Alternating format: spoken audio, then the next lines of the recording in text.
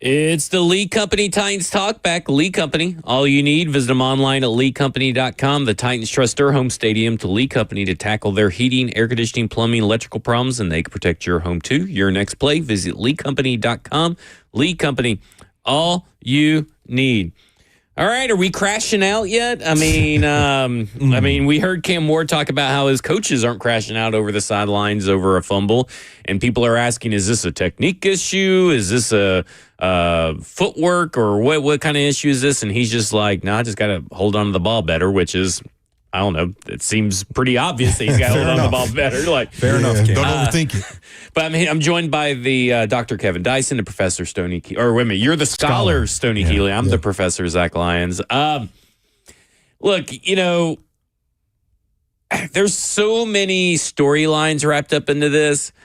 Let's not make it a lot about Vrabel tonight, because this really needs to be about the Tennessee Titans. Obviously, the New England Patriots are a pretty good football team, and the Tennessee Titans allowed 36 carries for 179 yards on the ground to the New England Patriots and all that kind of stuff. But let's start out with the positive. Mm-hmm. Okay.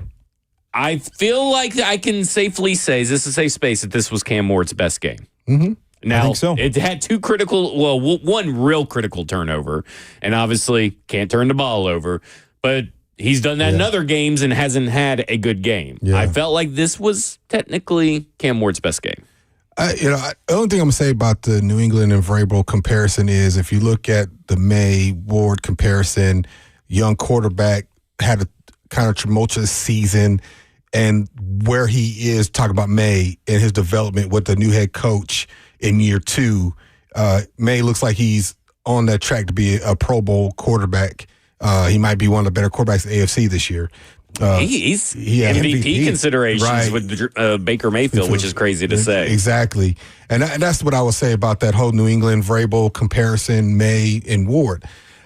It was a tale of two halves, man. That first half, everybody's kind of anxious sitting there to see what does this look like with Mike at the helm versus Callahan being gone, what we haven't seen offensively. And that was one of their best halves of football on the offensive side of the ball this year. And maybe I would include last year, I was going to say maybe since Callahan's tenure. From a halves perspective, I thought they did some things. They kept them off balance. They had some splash plays. Only thing they could have done better, obviously, would have been run the football, right? They didn't run the football very effectively all game long, let alone in the first half. But I thought there was at least a rhythm there and some sense of identity for Cam. And I couldn't always say that the first 5-6 weeks of the season. And so that was encouraging. Now you get into the last couple of minutes of the first half, going into the third quarter, and Patriots holding the ball for 7.5 minutes. That's not on offense, right? Defense got to get out the ball. So going back to the first half, I thought defense struggled a lot. They struggled with the run game early, and then they gave up a lot of big plays in the passing game. And then to make matters worse, you got a quarterback with athletic ability who was getting out loose, who ran for, 60, 70 yards today? Yep. 62. 62? 7.8 per attempt. And that stuff you don't necessarily account as a defense coordinator, because that's those hitting yardage, right? I start the running back, start receivers, but now I got this quarterback that's hitting me up for 60-plus yards. And with that, I thought, again, the phrase is complementary football. When you got a rookie quarterback, a new interim head coach, new consistent play caller, and you're doing some things offensively, the one stable that we had all year long was the veteran of the defense, and that kind of let you down early. And they found some ways. They stopped and got a couple stops here, but it ended up letting you down early. And then you get to third quarter, and you make a mistake or two, and it just gets out of hand. Now your whole game plan is out the window. Now you're in a whole different game you don't want to be in. But long story short, in all, I think there's a lot of positives you can take if they can build on those positives.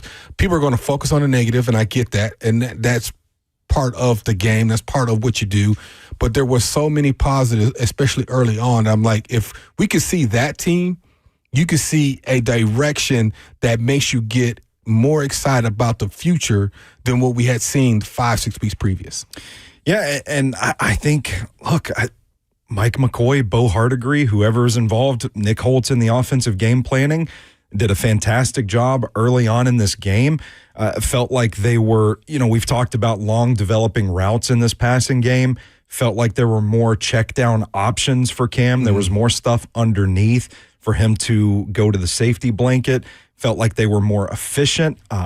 They moved the pocket around for him, got Cam moving away from the pressure, throwing on the move. I liked some of the personnel choices, a little less Tyler Lockett, a little more Chimere Dike in this game. You talked about it last week on Football and Other F Words. Can we get Chimere Dike running some of these deep crossing routes that we saw him run at Florida? He scored a touchdown on one, had a chunk play on another. Starting to use guys where they're at their best. And I think that is something that marks progression, like this offense heading in the right direction. Unfortunately, this offense couldn't sustain it. It got away from them. Mike McCoy kind of talked about that middle eight, the last four of the first half, the first four of the second half, where they give up the big play, the big touchdown, and then the Patriots come out and march down the field to start the second half, and then the Titans offense has the turnover, and before you know it, boom, it's 31-13, and you're stuck. And the defense could not stop the run. The middle of the field was constantly left open for just check downs to move the chains. Drake May getting out on the run, which you talked about, Dr. Dyson. I mean, it's a situation that's frustrating. It's very sobering for this result. But I think if you focus in on how the offense started the game, and if you think, man, if they can just keep that momentum going, I think that's the key to turning this thing around. And I would say Cam looked pretty comfortable running the offense in the first half of this game. And to me, that's something that has been missing from this unit. And it's an indication that maybe they can get this thing headed in the right direction. Yeah, I've seen a few people float out there. Like, is there a serious time to talk? Is this now the time to talk about Cam Ward? And I'm like, I get that there are some issues. Cam Ward for what? Well, I mean, I guess there's a Cam Ward problem or something. I get that Cam Ward has his issues. He has a fumbling issue, and he had that in college, right? He had 50 fumbles in college. I mean, it's 10 a year. I think he played 5 years, right? 2 incarnate. Yeah, 5 years. So that's 10 a year. So obviously in Miami, on Miami tape, it didn't show up that often. He only had 4 fumbles in Miami. But he does have a history. This seems to be an issue. He knows that it's got to be corrected.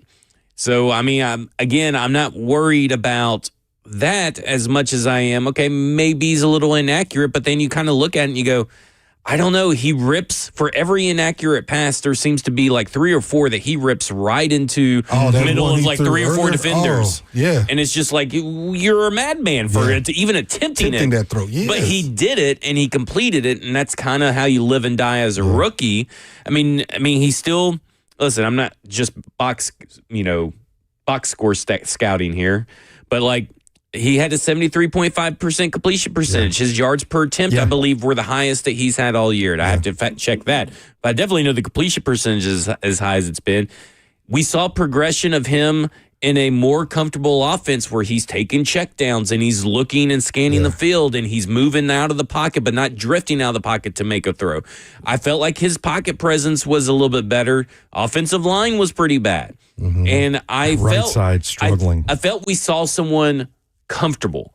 And if this was a week 1 performance, everybody would be like, "Oh man, we can't wait till we get to week 6." The problem is it's a week 7 performance, and there you go. Like, I mean, we're a little behind on the development, and I'm not saying Mike McCoy's future head coach of the Tennessee Titans, but he's the head coach you got right now, and this is the best that Cam Ward and this offense has looked. It just, when he turned that ball over with the fumble, Vrabel did what he does best and just drive you into the mud in a game where he's going to win time of possession and run the ball and drain the clock. Well, you're down 3 scores, so he was like, we got to take it back. If I'm a defensive lineman or defense coordinator, you're down 3 scores, it makes my play call a whole lot easier. Right. Because you're almost becoming one-dimensional in a lot of sense.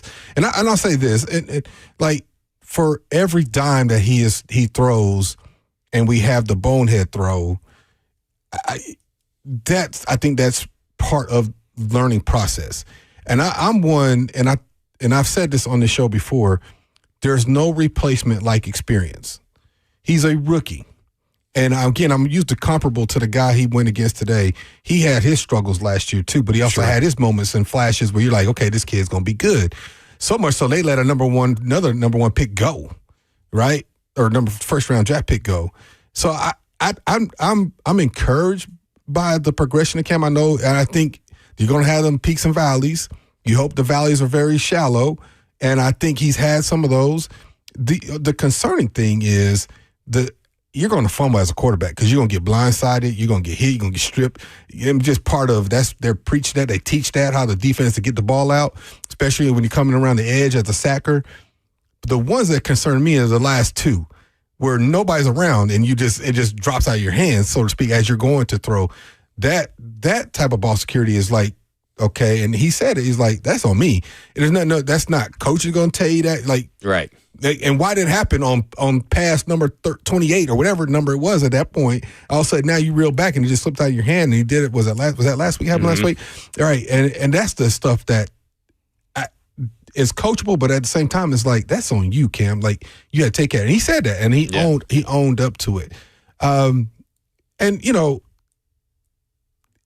I guess from my perspective on this is, I guess I'm looking at two halves of the game, but really, it almost you take that third quarter out of it, and when it just fell apart, and they become a one-dimensional team, they're not there where you can just be one-dimensional. Not, you know what I mean? And if the offensive line is struggling, obviously they only ran the ball 11 times, and one of them was a reverse that DK did well enough just to get -1 on that one.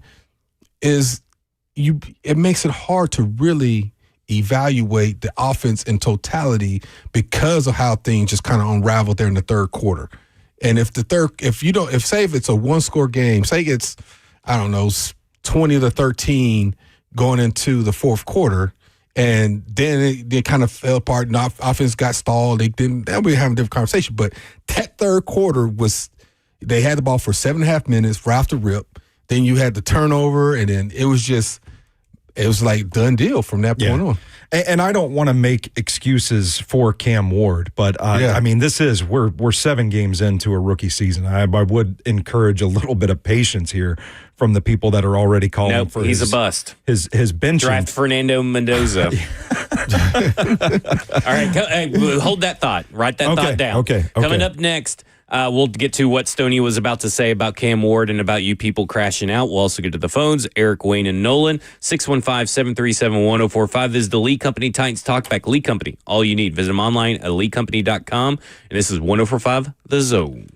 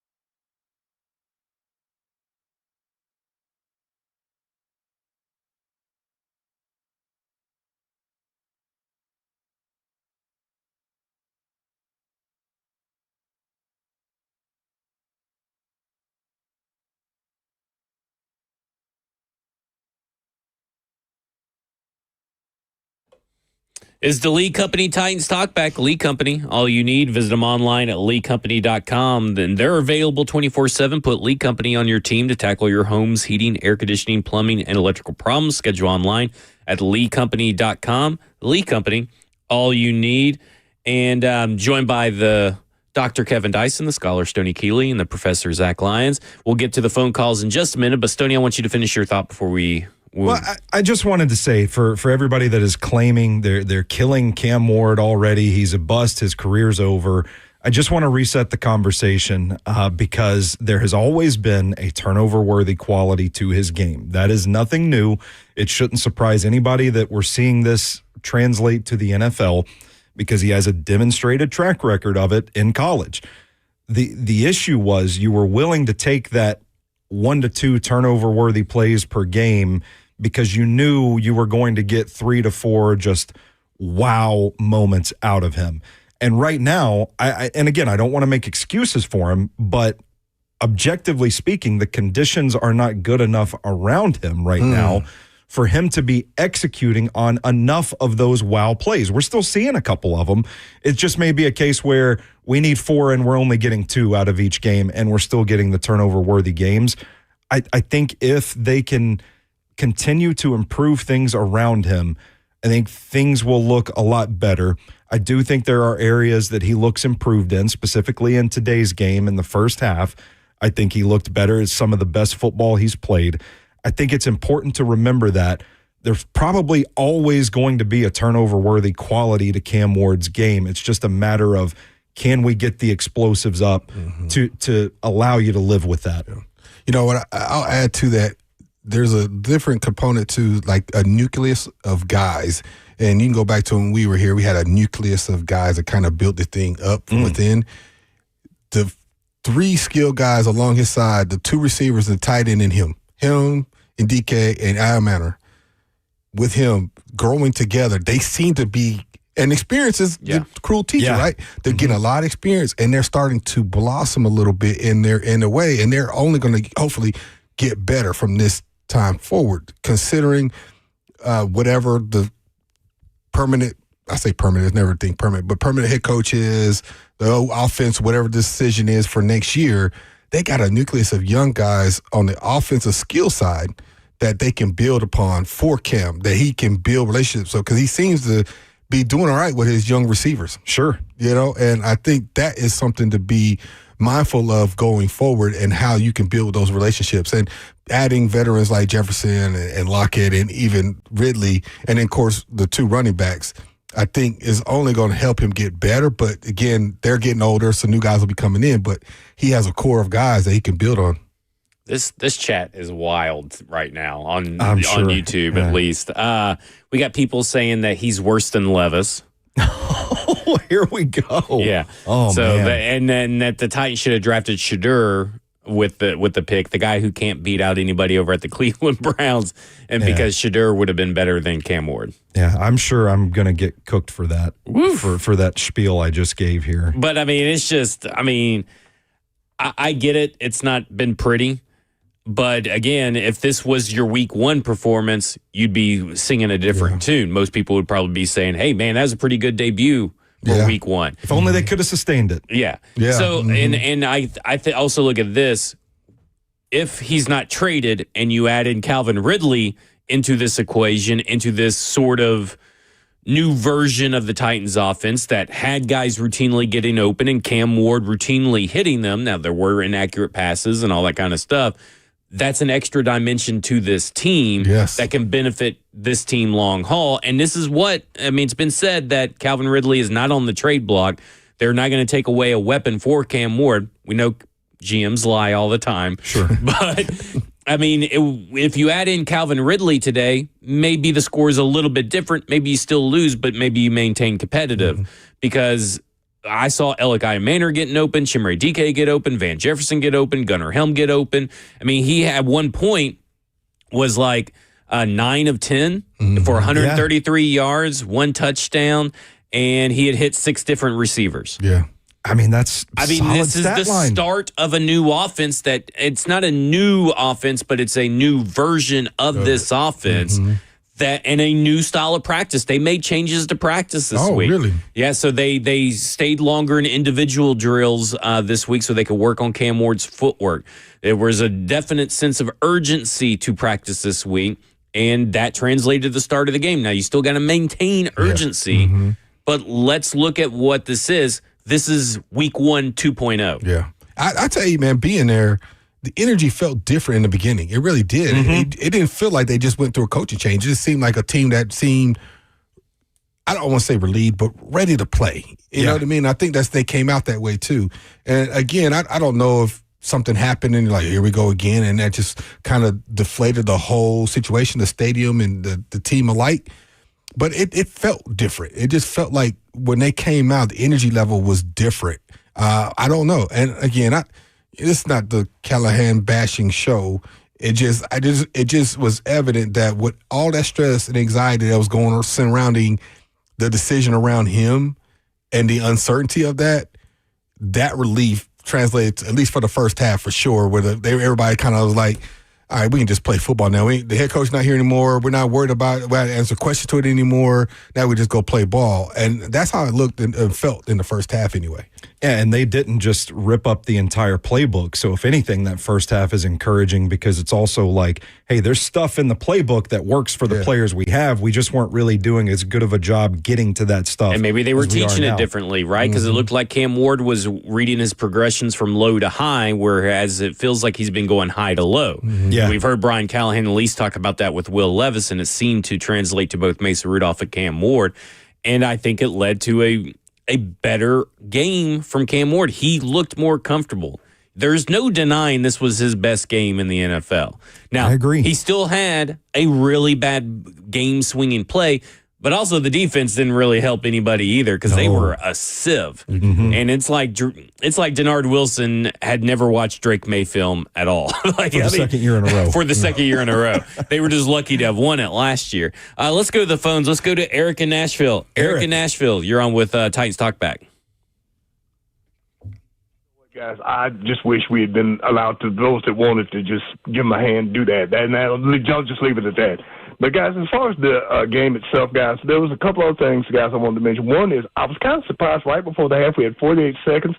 I thought we was going to kind of drive down and try and get a field goal. I just didn't understand whatever the strategy is unless they just decided, not to do anything, or I don't know if we had any timeouts or what the whole thing was behind that. I thought we still had time where we could at least try and drive down and get a field goal. And also, got to give Drake May credit, not only with scrambling ability, but the way some of his passes, like there was one where he was deep in his backed up his own end zone. He had that perfect pass to somebody where I thought the coverage was great, but still was able to get the pass to the receiver and got a first down. And there was just really not much you could do. And also, I guess the fourth down at one play where I don't remember the receiver made a spectacular one-handed grab, and the very next play they ran it in for a touchdown. It's just stuff like that. You can't do anything for that, but you got to give him credit. But I definitely was encouraged by the way Cam played. I think it was probably the best first half he had, and as a team that we had, I agree we should have probably ran the ball more or was able to do that. But I was just really, really encouraged. You hated the second half, but it is what it is. Guys, y'all take care, tighten up, and we'll talk to you again soon. Thanks. I do want to talk about that Drake May fourth down play because obviously Cody Barton was way out. But if Drake May had been accurate on that play, Pop Douglas would have scored a touchdown. They eventually, I think, scored a touchdown on that drive, if I'm not mistaken. Maybe I'm wrong. I think they did. But but he would have had a touchdown if Drake May had been accurate. And it was still behind him. And this is Drake May who's in MVP conversation. So it kind of happens to everybody. It was like 4th and 2 or something like that. Yeah. Yeah. Well, that defense. He make a heck of a play. Yeah. To Eric's idea about running the ball more, which we've pointed out, not nearly as many carries as you'd like in a game. I'm really curious to go back and watch the O-line tape on this. I wonder if the blocking up front was part of the decision to not run the ball. The right side of the offensive line seemed to really struggle today, and it was in run blocking and pass protecting. So I'm curious to see how that unit performed in this game from an all-22 standpoint, because there's a part of me that wonders if maybe that gets into your head as a play caller. Yeah.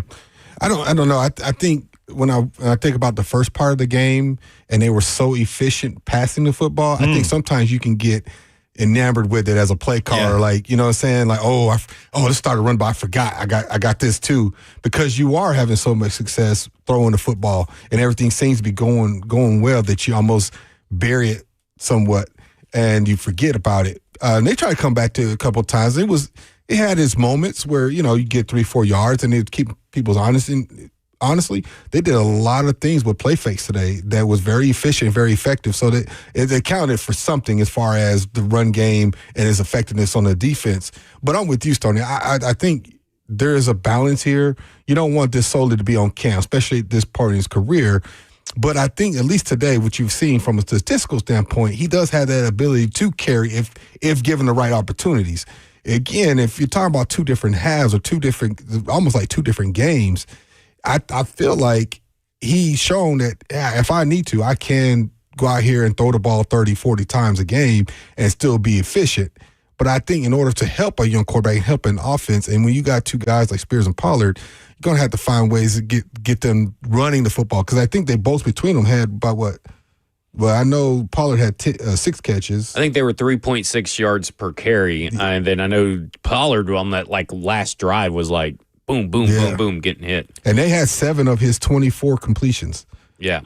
And so Pollard led 25, the team. excuse me. Pollard led the team in targets today with 6. With 6. Yeah, and that almost all came on one drive, it felt like. And again, that shows you, I mean, they're finding ways to get them ball in other ways. Maybe that was, like you talked about, Stoney, Zach, part of the look of the offense was not necessarily going low to high, but going high to low, maybe looking low to high more on some of these things and dumping off, taking what the defense gives you.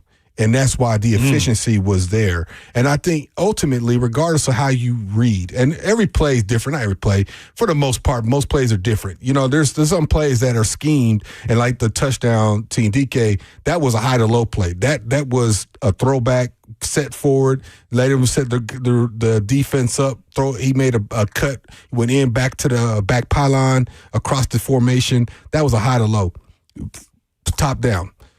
But I think what they're doing is teaching him you don't have to make that play every time. That was there, but if it's not dumbed down. Take 4 yards, take 5 yards, take 6 yards. And the thing is he and his offense and other people around him, are they patient enough to allow that to materialize into what we saw the first half, which was the gash plays? And I think that is where you see the maturation. Even people like today with May, you look at him, sometimes he was just take what they give him, and then he started finding the holes in the zones and he started making plays. You just got to be smart football, and I felt like Cam was doing that, getting better. I think if he wins that game, I don't think anybody's talking about we need to go another direction of quarterback. It was another loss. You got Callahan's gone, so somebody else got to take the blame. You know what I'm saying? Mm-hmm. 3 penalties, by the way. There's a couple of talks about the penalties and if the team has looked better, but 3 penalties today. That's pretty good for this team. 15 yards. 15 yards. I'll take 3 penalties for 15 all day, every day. I'd rather have 0 penalties, obviously, but 3 penalties for this team. It's good. And we haven't talked about is all the injuries. Oh, yeah, tons of injuries. L'Jarius Sneed, Jeffrey Simmons, we got no clue what's going on with those. Let's go to Wayne, who wants to talk Titans. Wayne, you're on with Titans Talkback. Hey, gentlemen. Call is no longer being recorded. Doctor and Professor Dyson. How you doing, bro? Hey, man. I think you're exactly right about just your question about Callahan. They played more free without him, knowing it's a free start. We got a whole new, fresh start ahead of us. I just hope, like Marcus, with Marcus when we had him, he started seeing ghosts, right? Because we had no protection. I hope Cam. I don't think he will. I don't think he is. It's too early to tell. But I just hope that Cam does not start seeing those same ghosts, right? Without protection. And I just thought it was funny that Amy, God love her, all right? God love her. But she's got to love having and hearing Titans fans cheering for Vrabel after we got our, kicked. They're cheering for Vrabel. And man, Tajay Spears, I don't know what y'all think about this. Tajay Spears could be a number 1 running back I know Pollard's great. Out of the backfield today, he played well. But Tyjae Spears could be number one. Thank you, guys. Hey, thank you. The only thing I'll say about the Vrabel thing is there was a lot of Patriots fans in there. I don't think there was Titans fans necessarily cheering. That was I don't know if y'all noticed this, but Wayne, I think, was recording our conversation. Yeah, I heard that too. I thought I had to check my phone. Like, am I recording something? Well, I mean, you want to record smart people talking. So I guess. play it back later. But the whole thing with Tajay and Pollard, I think a lot of teams are going to the two-headed monster. Some with three. Mm-hmm. I think your point last week, Zach, is if who has the hot hand should continue to go with the hot hand. And today, unfortunately, neither one of them really had a hot hand. Yeah. But I think that's why you have a two-headed monster. Even like we saw with the King and Cowboys, former Cowboys. DeMarco Ryan.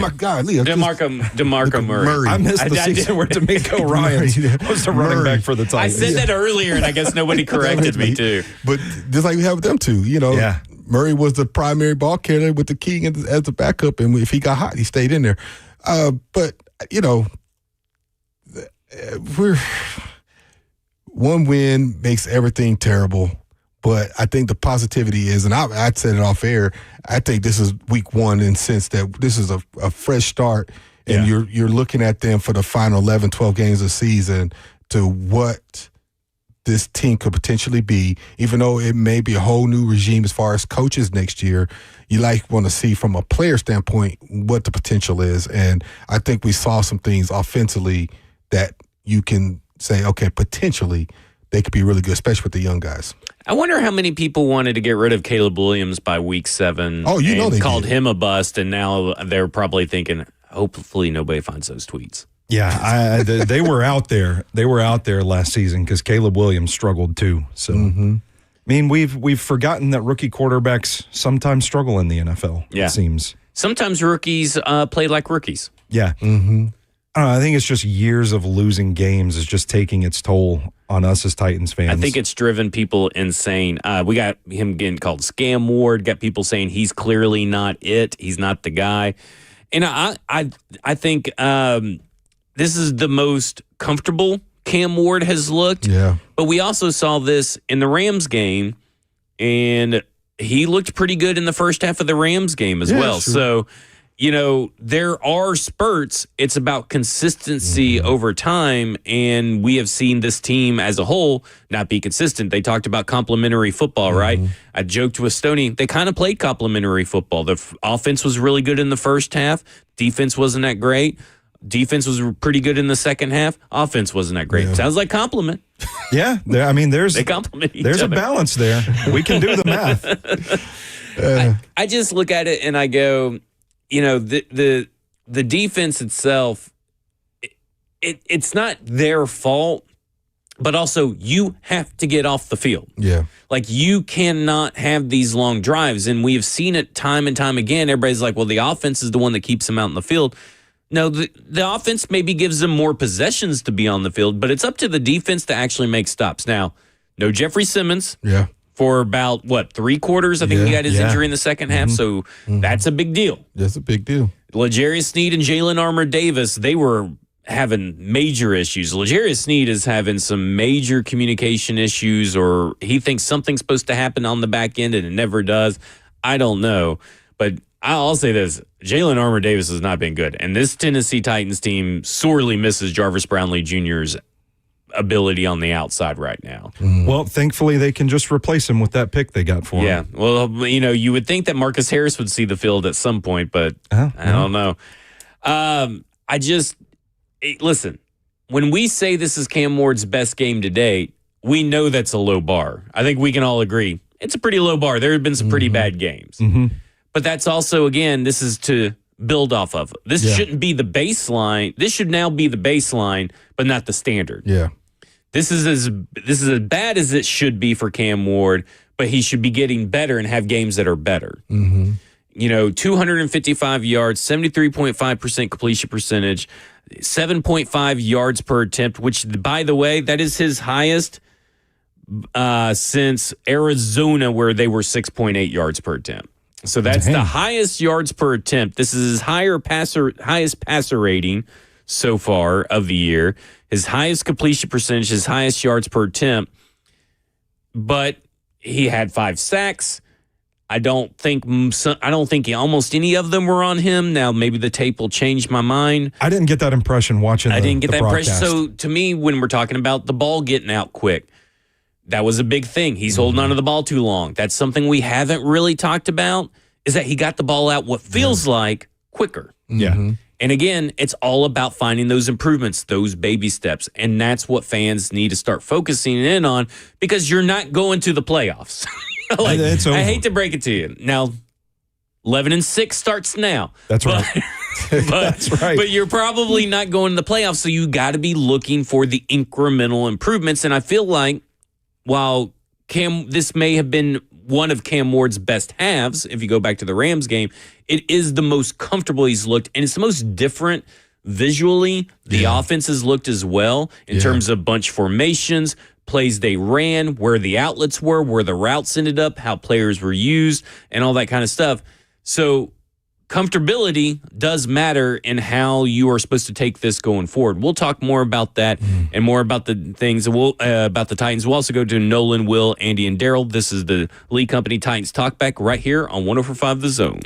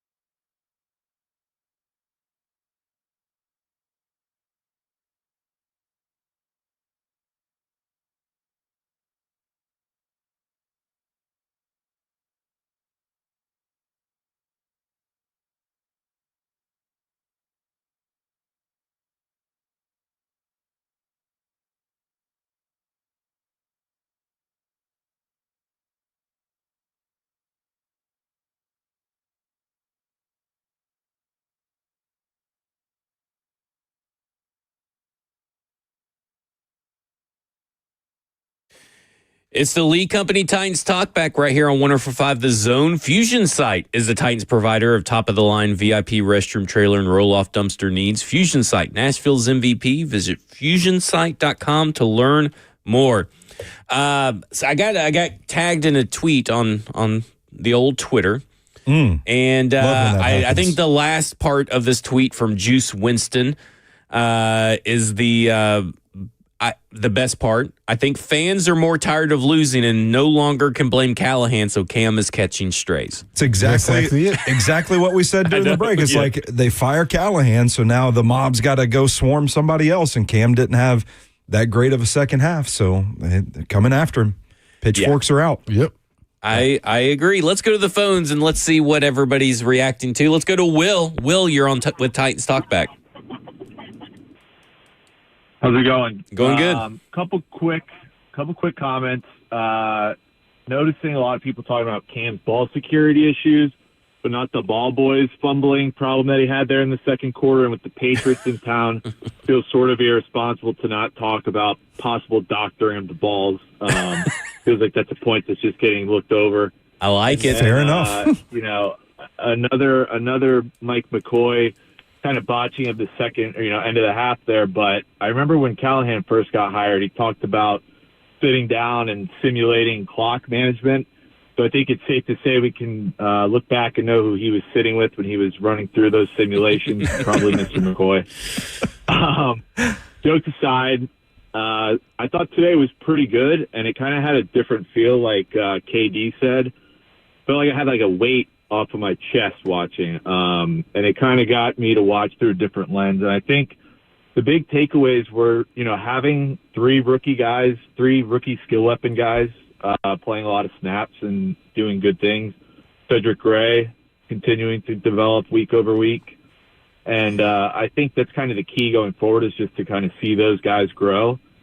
As far as Cam, I think if this was 2007 and some of these people just deleted Twitter, they would not have the opinions they have. And it's like a virus that they contract from refreshing that app every 2 seconds. The same people are on there talking about how they want the Titans to tank and have a high draft pick, but then have a kid when he fumbles the ball and, the Patriots score a touchdown. It's happened. I'm not thrilled about it, but I think I'd rather see that than him throwing into tight coverage or have clear inaccuracy issues. To me, it seems to be some timing things with some of his receivers, rather than he looks the part to me. I'm not so worried about that fumbling stuff, but the bus talk is just too much for my liking. And I think I'd like to see them help him out a little more in the run game too. I think it's an underrated need for the team. Pollard and Spears none of those guys are going to be the starters for this club next year. So we'd like to see them potentially get a guy in the third. Maybe you move a Van Jefferson, not for a third-round pick, but for a late-round pick, and take as many shots as you can in the draft so you can kind of find a guy there. I don't think they could fail in the third round again after Darrington, Evans, and Spears. Breece Hall would be cool too. But appreciate you guys. All right, thanks, Will. The different feeling, I think, is spot on. And I think we were all, I would assume most Titans fans were acting like us in that first half in the studio, where we're jumping up and down, screaming, "Let's go." That's how you do it. That's how it's done. Yeah. And, man, that disappeared. That feeling disappeared fast for some fans. Because I would have to say that the people that are calling Cam Ward a bust were having a different tune in the first half. Yeah, for sure. And by the way, 10 out of 10 call. We need him calling in every week. He's got to shorten it up a little bit. We got to tighten it up, but the jokes were good. Yeah, good. And I wrote down his ball boy conspiracy theory here. Yeah, I like it. Good jokes, good takes. I'm here for it. The feel thing, again, it's a matter of sustaining that. Like, can we find a way to keep that going for 4 quarters moving forward? Yeah, the 3 timeouts thing is very confusing, though. And I know we haven't talked about that yet, but his answer was more about, like, why weren't you playing for the field goal? And he was trying to say something about the wind conditions and all this stuff. And every situation is different. But I'm thinking, well, that doesn't really have anything to do with the timeout. You can't take those timeouts. They ain't rollover minutes. I don't even know. Do they still do rollover minutes anymore? Did I just date myself on there?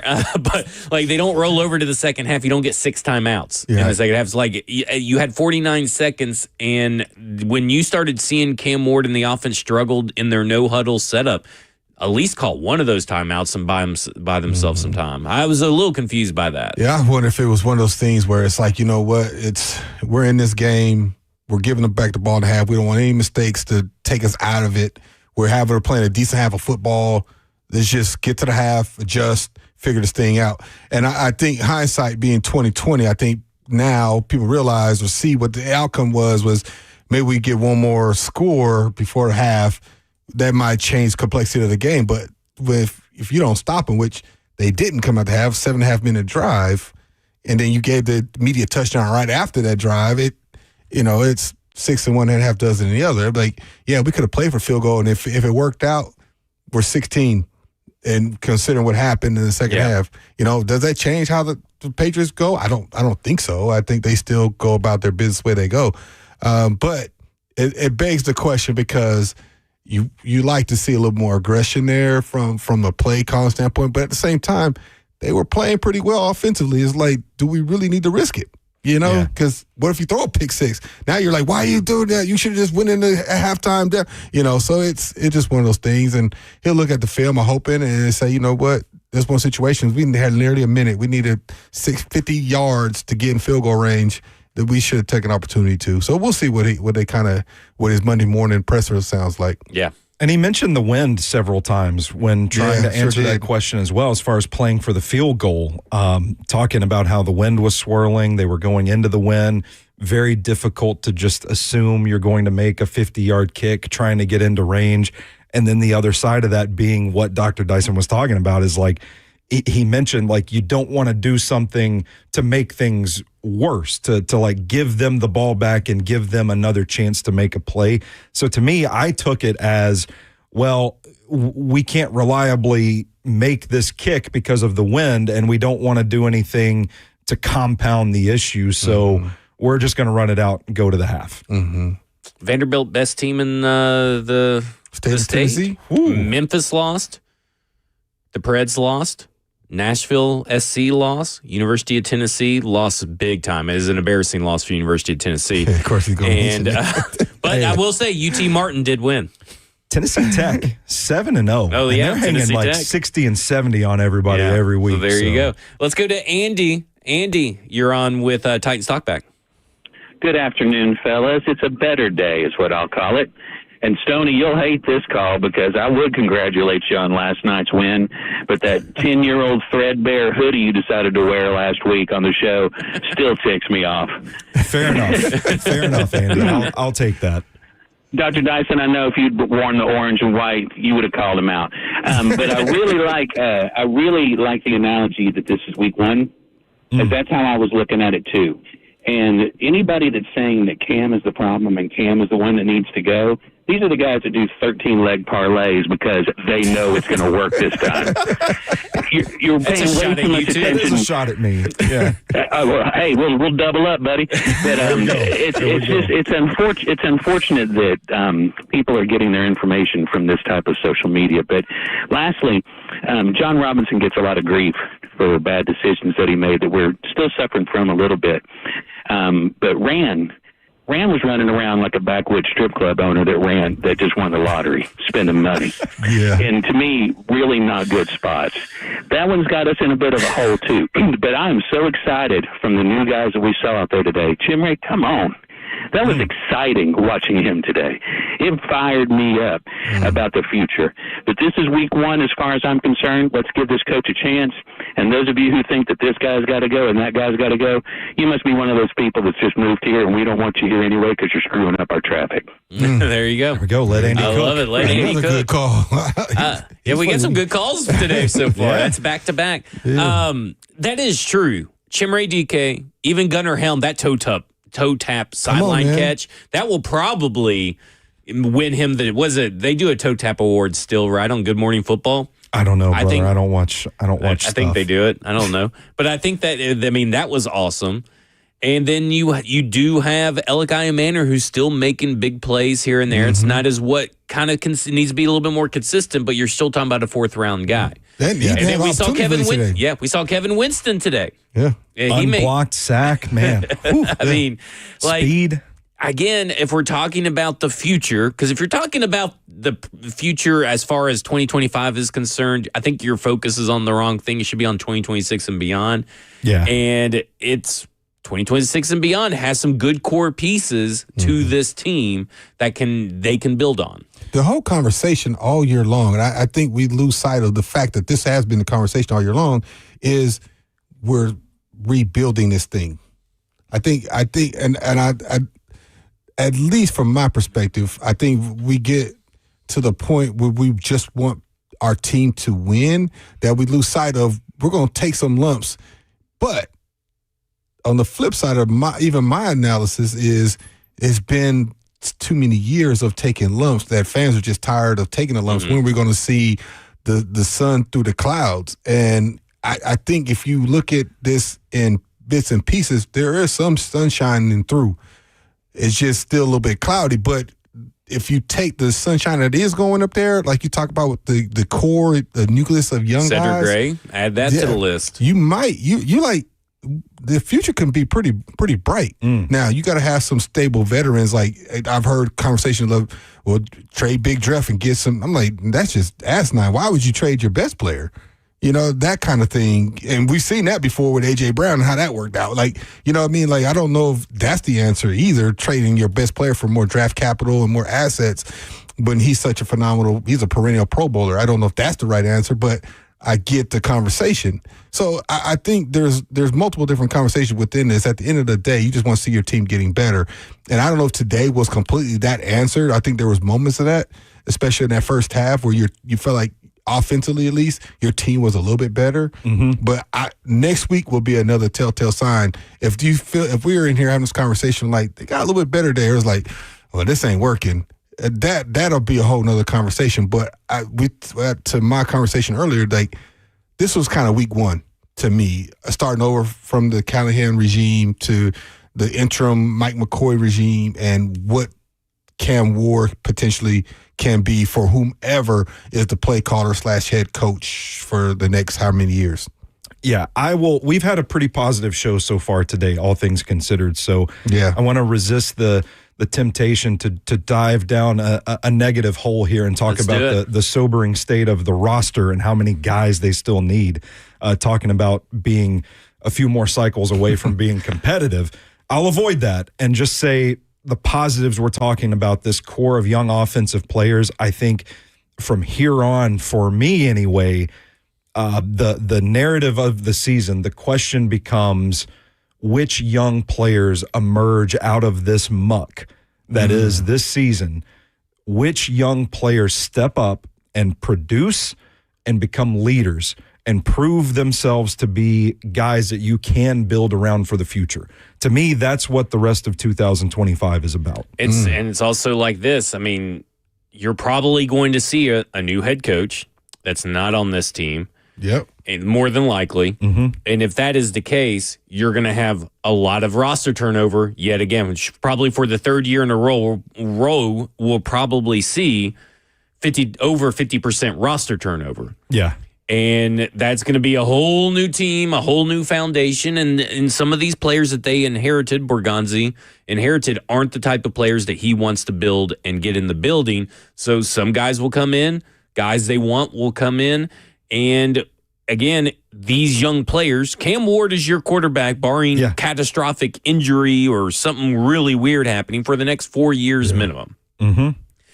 Chimere Dike, Elikiah Manor, Gunnar Helm, those guys are some core pieces. Peter Skoronski is still a super big core piece for this team. Cedric Gray is another one. Sweat. We'll see what Sweat and Latham are. I have confidence that at least Latham will be. Sweat, big impact to play today, still coming back from not practicing for 4 weeks. I'm sure he's going to have to get in some football shape, and he played a lot today too. There's a lot of jokes that he wasn't going to play a lot, but he was trending that way anyway. Had a nice sack, too. Yeah, so we'll see. We'll see. Kevin Winston may be a piece, and obviously Big Jeff is the other piece. So we'll see what these pieces look like at the end of the year, because I think if you kind of look at how often we saw Gunnar Helm on the field compared to Chig, could be a guy on the way out. Yeah. What is Roger McCreary is probably their most valuable tradable asset outside of Big Jeff. Yeah. We'll see what happens. That's going to be the thing. What does it? It's not only what will this team look like in 2026. How long is the rebuild actually going to take? Yeah. Because it seems like right now they're trying to. It seems pretty slow. And I think trading away Jarvis Brownlee Jr. kind of sets you back a couple of steps, too. Well, you need two corners now. Yeah, you need two corners. You need three if you trade to RMC. I don't know. Touché. You got Marcus Harris, but we don't know what he is. Let's go to the phones. Let's go to Mark. Mark, you're on with Titans Talkback. Hey, guys. Do I remember Cam running last season when he was in Miami? He has not run not a single game with the Titans. And there has been many chances that he could have moved and got that first down on third down plays. Do you guys remember what I'm remembering? I don't remember to the extent of everybody likes to make it out to be, but I think we all three do agree with your premise that he probably needs to start using his legs a little bit more often than he does. Yeah. There have been many chances I've seen him play and where I'm throwing, okay, he can pick up that first down and will make a crazy pass and it not be there, it not happen. And I'm thinking, come on, guys, those mobile quarterbacks, they get those third downs. They get them. Yeah, I agree. He needs to start using his legs. That also keeps the defense honest, right? Exactly. And it extends drives. I think it's demoralizing, as we saw, with Drake today. And I think it's just adds an element. And I think if you look at a lot of starter quarterbacks in the NFL, there's this blend between that remember that conversation between a running quarterback versus a throwing quarterback, but that's almost non-existent. It's almost kind of the norm now. It's the blend of athleticism and being able to throw. You look at somebody like Jackson in Baltimore. He's so athletic. They were like, he's a running quarterback. He's really not. He just uses athleticism to extend play so he can throw. And when he needs to, he can go to the house. I think Drake May's fallen into that mode. We're seeing that blend of athleticism, the Randall Cunninghams, the Steve McNairs, the Steve Youngs, the Fran Tarkentons, the athletic quarterbacks that weren't your traditional drop-back guys like a Peyton Manning or Tom Brady or Dan Marino or those type of guys. You're seeing the blend of athleticism, who are guys that are super good athletes that can throw the football and sit back there and read defenses. And that is where Cam's got to find that balance of, you don't want to be typecast as just a runner. But I think now the NFL is kind of getting away from that, where you're almost a blend of the two. Even Baker Mayfield is a runner, whether you want to believe that or not. You know what I'm saying? So I think he's got to find that blend, that balance of escaping the pocket and saying, I'm going to go ahead and get this first down, come back, and now we can work again. But we haven't seen him utilize his legs at all. No, and I wonder what kind of designed quarterback runs are actually in this playbook, because I don't feel like they haven't been designed. I don't feel like he's had RPOs. Yeah, I don't feel like he's had the real leash to just like take off and run. If instinctually it feels like the right move to make. Yeah. We just haven't seen him in those situations where it's like 3rd and 2, roll him out, get him in space, and see how the defense reacts, and just pick up a couple yards. Like, you're not asking him to be Lamar Jackson or Michael Vick or any of those guys that's going to go out and rush for 100 yards per game, but utilize the legs some. Like, he's not that dynamic of a runner, but he has that wiggle to his game. He has a quality, and he's a tough runner too. So, like, short yardage situations, I would think you'd want to design some things to leverage that skill against the defense. Yeah. Just real quick on this run question, because this is about the second week in a row we've had this idea that Cam Ward was some runner in college. He had 44 rush attempts last year, according to PFF, 32 of which were undesigned runs, so quarterback runs. So they were scrambles. And he ran for 336 yards, 7.6 yards per attempt, 4 touchdowns, and had 4 fumbles. Now, he ran 83 times at Washington State and 71 times at Washington State, But those were also 4.6 and 4.8 yards per carry, almost the same amount of yards. So he ran less at Miami, so ran more at Washington State, but he did have 32 scrambles. But that's not a lot in the NCAA when you really start looking at to maybe what Jackson Dart had or you can go back to Michael Vick, Vince Young, those guys. Those guys are kind of running quarterbacks that can also pass. He was much more in Miami a pocket passer. He's comfortable in that pocket. And again, this is us being overly critical of trying to find ways to help them find wins. And from our standpoint of visually seeing what we see on the field, and not just another aspect of the game that I think could help the Titans' offensive production. RPOs. And it's something they wanted. I don't remember seeing an RPO today. Doesn't mean I didn't miss it or anything. But we'll see what the numbers look like for that. Just for the record, Ole Miss, Jackson Dart had 100 rushing attempts last year. Whew. And less than half were scrambles. So this was designed runs. So there's the difference right there. But I do think we all agree that he does need to make the decision quicker and make the decision more decisively of when to run, because I do feel there was one play where he could have kept on running and probably got a first down instead. I think he took a sack or an incompletion. I think that was the one where he dirted it, where he kind of wanted to flick it out. Yeah. Or he held on to it, but he wanted to flick it out and he decided not to Chig. Yeah, I think when he was breaking free, he could have ran the way, except for he just kind of kept turning around. And you see the hesitation because he's still looking downfield for somewhere to deliver the ball to. But if he makes it up his mind to just run, turn up field, maybe you do get away. Maybe you do turn the corner. Maybe you do pick up the first down there. Yeah, I was thinking when that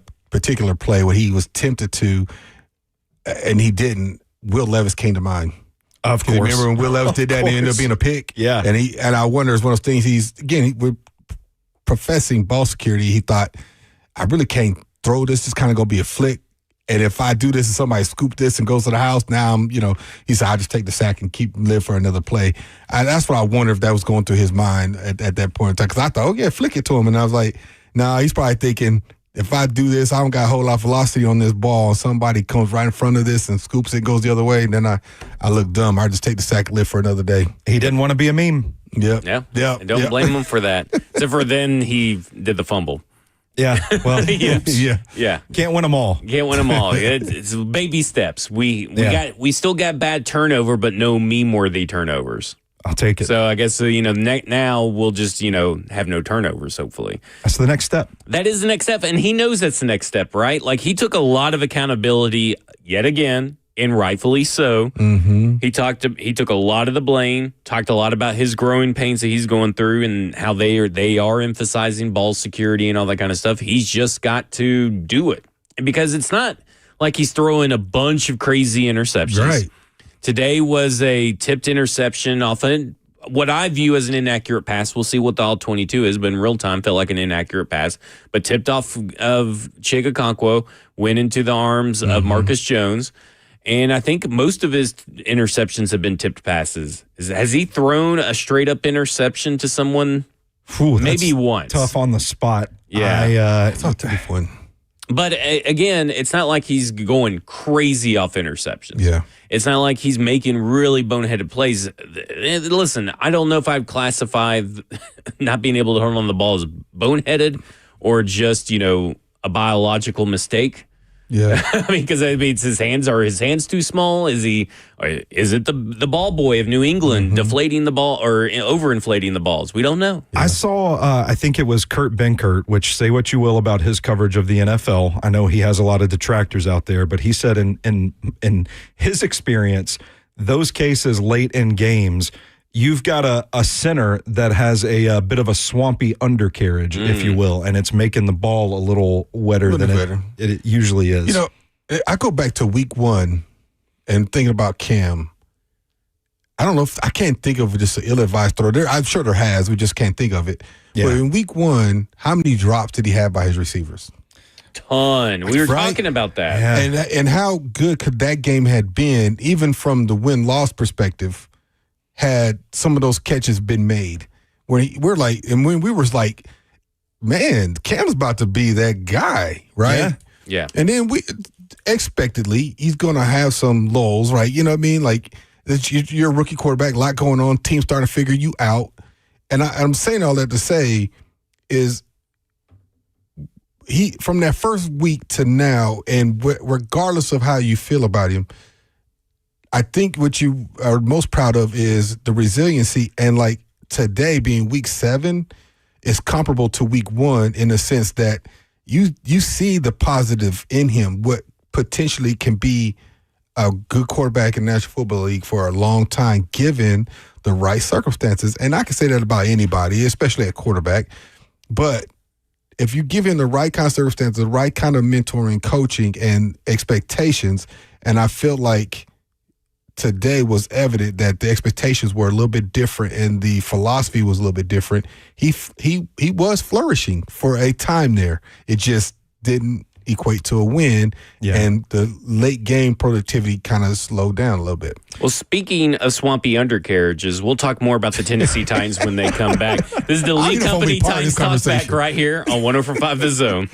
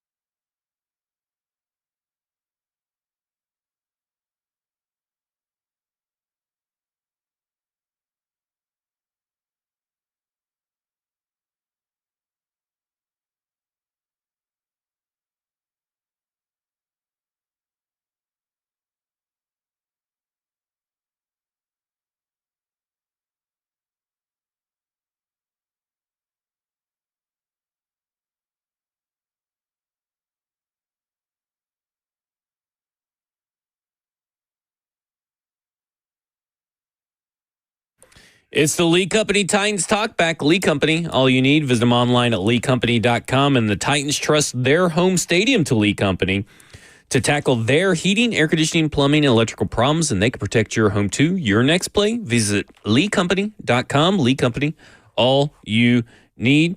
And let's do this. Let's do time to check out today's final sack numbers tonight, because we haven't really talked a little bit. We talked a little bit about the problems with the defense, but hey, thanks to Draymond Jones, Jihad Ward, Xavier Woods, and Tavondre Sweat, the Titans had 4 sacks versus the Patriots, adding $400 to the already $1,300, bringing to the total to $1,700 for Kroger's donation to Second Harvest Food Bank of Middle Tennessee. Every time the Titans sack the opposing team's quarterback, Kroger donates $100 to Second Harvest Food Bank of Middle Tennessee from Kroger. Through its Zero Hunger, Zero Waste plan, Kroger is committed to creating communities free of hunger and waste. Kroger's official tailgate headquarters of the Tennessee Titans. Try Boost by Kroger Plus for free pickup and delivery, plus 2 times the fuel points with your membership. Start your free trial today at Kroger.com. Pay as low as 1 cent per gallon when you redeem fuel points by using your shopper's card. Every 100 points gets you 10 cents off per gallon. Exclusions apply. Visit Kroger.com for details. Since we were just talking about the defense, and I see that Michigan is on the line, and they want to talk about the defense, let's go to Michigan. Michigan, you're on with Titans Talkback. Good afternoon, guys. Hello. I worked the game today. I wasn't actually in the stands, so I had a little bit of a different point of view listening to people complain about how cold the wind was. I feel in an advice-giving mood for starters. Zach, you're a really nice guy. I like you a lot. I want you to be safe. And you started Titans Talkback by saying you guys should see these YouTube comments. My guy. If that's how we're spending our time, like I'm scared for you. I gotta say, it's my job to have them up on the thing. You don't tear off the little tabs at the bottom of pages about free dryer vent cleaning at Coin Laundries, do you? Like I'm worried for your health and safety. That's how you end up with your head stapled to a carpet and all your credit cards. Oh my gosh! This is not what's going on. Not the way to go. Let Michigan cook. I do want to say, having listened to 8 people say sort of the same thing, but it's divergent from what's, I'm sure, being said on the YouTubes and on the tweeting machine. Young quarterbacks don't fail franchises. Franchises fail young quarterbacks. Mm-hmm. I don't know how many times people need to say this, and people need to hear it before they understand that not everybody's going to be Jaden Daniels from last year. Not everybody's going to be C.J. Stroud from a couple years ago, and look at how that organization's failing him now. You got to give this front office a chance to stock the cupboard. And no matter how much we like Jeff and no matter how much we like Tavondre, you guys all know, like, we're adults here. This is a bottom 7 roster. It is the bottom 7 roster. We all know that. I don't think this is a bold statement. So let's give, this franchise an opportunity to put some pieces around him, and we'll see how things go from there. My comment about the defense is this. There's been a lot of chit-chat, I'm sure, on 104.5 and everywhere else about, what we can move, what we're going to trade. What do you guys think a realistic return looks like for a Snead, for Ridley? I would even say for a Chig, because I like what I've seen from Gunner, and I don't really know that Chig moves the needle for you past this year. He's kind of out of, I think this is the last year of his rookie deal, or they haven't exercised his 5th. I'm not 100% sure. So just interested to hear what you guys think. And fans, keep your head up. I know it's hard. Night's always darkest before the dawn. As someone who's been a Lions fan his whole life, believe me, there's darker. Believe me, it can get a lot darker. So yeah, I'll let you guys go. I've been saying that. All right, thanks, Michigan. I've been saying that. The Nashville got spoiled in 99, 2000 and thought that was the expectation. But you look at historically in franchises, like the Lions, even the Packers went to the Bears. Like some of these historical franchises are almost as old as the league in itself. Everybody goes to their values. You just hope they're not that long and not that steep. Well, before the Packers became what the Packers are, with Ron Wolf, who started all that, they were the laughing stock of the NFL back in the day. They were the team that wasn't good for decades upon decades, and nobody wanted to go there. Like, you go read the book that Ron Wolf wrote about his time starting there. Free agents did not want to go to Green Bay, not only because Green Bay was a bad team, but Green Bay was a bad town. Nobody was interested in the Packers, and that totally changed. And And the Titans are relatively, by NFL standards, a young franchise. Yeah. And they're still going through a lot of different situations and a lot of different moments. And listen, a lot of this is ownership driven, some of the problems that the Titans have had. But when it comes to this young quarterback, I think he nailed it on the head.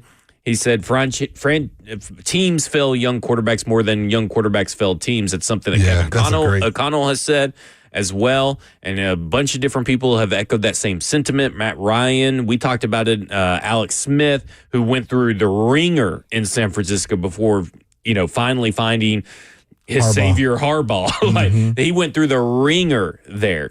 And they all say it. Bruce Arians, Peyton Manning, everybody agrees. And that's where you got to kind of look at Cam Ward right now. Yeah, and I compared Alex Smith to Mariota's because they are similar in what happened to them as far as multiple coaches / play callers. But I tell y'all, I have been saying this, and y'all have heard me say this, be careful what you ask for. Like selling your tickets and things of that nature, because there's only 31 cities with professional teams in them. And you're fortunate, and NFL and football is king. And if you have a team in your town, you need to be there. Now, I'm not saying that doesn't give you the right to boo and be upset and be mad and even make a few dollars off your tickets from time to time. But recognize this, again, like you said, relatively young to the city. And when you put that comparison to some other franchises, people forget how bad Detroit was for how long they were bad. They're the only team to go 1-15 or 0 whatever in the history of the NFL. And you talked about the Packers, the Bears. People, they were down for a little bit before they won, and now they're back down again. They're working their way back up. The Redskins or Commanders now, they similar. Like there's pockets of teams that have been down for a little bit. And you can talk about even America's team, which the Cowboys, they haven't been back to Super Bowl since when? 1995? Been a minute. Been a minute. So It's just because we've seen what the Patriots have done, or even the Chiefs of recent, maybe in the Eagles of recent, that's not normal in the sense of the history of the NFL. Yeah, and to Michigan's point, saying this is a bottom 7 roster, I mean, bottom 7's being a little generous. Brother, you'd be hard pressed to go roster for roster throughout the NFL and find 6 that are worse than this one right now. And I think that's kind of the darkest timeline, and like the hope coming out of that. Today was a stark reminder of how far they do have to go. They need alphas at multiple positions, at cornerstone positions on your football team. They have a real ways to go. The hope is you've seen some of these rookies like Gunnar Helm, Chimere Dike, Alec Ayumanor, now hopefully Kevin Winston Jr. getting some snaps. Yeah. Cam Ward, the quarterback. You hope seeing this draft class perform the way that it has performed so far, maybe the people making the decisions have an idea of where they want to go. Yeah. And if you keep stacking classes like this, it might take a while. We might endure some bad football for a couple of years. But if they can keep building at this rate, eventually that's how you get to where you want to go. You just got to answer the question of whether you have hope or not. At the risk of getting my head stapled to the carpet, I'm going to read a comment off YouTube. Mr. Keefe says, Cam did provide hope with that performance today. And he did the flex emoji. There we go. Let's flex. So there you go. So there's some positivity right there. Before you go, Zach, what, in y'all's opinion, would be a successful season year? 3 wins? 4 wins? I don't know if I'm going to to me, I always expect this to be like a 5 or 6 win team. And at this point, I think I've always was going to view measure of success was the progress of Cam Ward. Yeah. And trending up until this direction, it looked like it was going to be a failure. Yeah. Not because of Cam Ward, but because of what I thought the offensive system, the talent around him, all that kind of stuff, and some fault of his own as well. So to me, that is the success. My success is looking at this draft class, the young pieces, and figuring out, do we have more young pieces than we initially thought? Jalen Harrell looked pretty good today. I was going to bring him up. And, I'm not saying that he's a solution at edge, but in a time where you had edge rushers dropping like flies, Jalen Harrell was making plays in the backfield on this Patriots offensive line. And he was pressuring and all that kind of stuff. If you have him as a backup, That's one less edge rusher that you need next year because you need 3 or 4 edge rushers. Right. And there's no telling what Femi's career is going to look like now that he's got a semi-fractured femur or something crazy like that. I don't know how you just have a semi-fracture or whatever it is, but his femur's fractured to some degree. Like, how's he going to look? When's he going to be readily available? And when he comes back, how well is he going to be able to progress? Because that's going to delay his development. So the more depth pieces that you also walk away from, that's a good thing. And to me, Jalen Harrell kind of showed today, hey, maybe a worthy depth piece here. Yeah, I'm kind of with Zach on this one. Before the season started, I said this looks like at best like a 6-win football team, and if they win 7, I'll be doing cartwheels naked down Broadway. Like we're celebrating, popping champagne. But that is off the table after this start and how disastrously things have gotten started this season. I think now I go back to what I said earlier. How many leaders emerge out of this muck? Because this looks like a disaster. And so you expect Cam Ward to. But if you can also get Elikayu Manor, Chimere Dike to emerge as real weapons, real options for the offense, Cedric Gray has been a total surprise. 10 more tackles today. Yeah. If he can emerge as a piece that you keep around for the future, okay, how many of those players can you stack on this roster? Because those guys are going to be the future. And for me, that's more important than measuring it by wins or losses at this point, because I feel like this season's already off the rails and totally lost as far as that goes. That's the reason why I think somebody like Big Jeff is so important. What you talked about is the youth, and the youth movement is seemingly heading in the right direction and is good. But what you need is that veteran leadership, because you got the nucleus, but you also part of that nucleus in that rebuild model of young talent that comes in and adds to what you have is having good veterans that can show you what professional football is.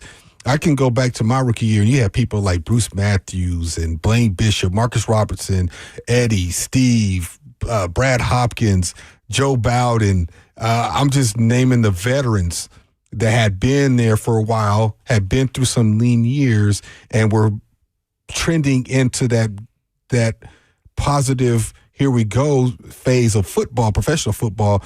You add a couple young pieces, and then here we go. Now we're relevant, and now we're being competitive and playing in AC championship games and Super Bowls. And so I think, as y'all explained, you do got a good young, potential good nucleus of young players who are getting what I think is the most valuable of all is experience.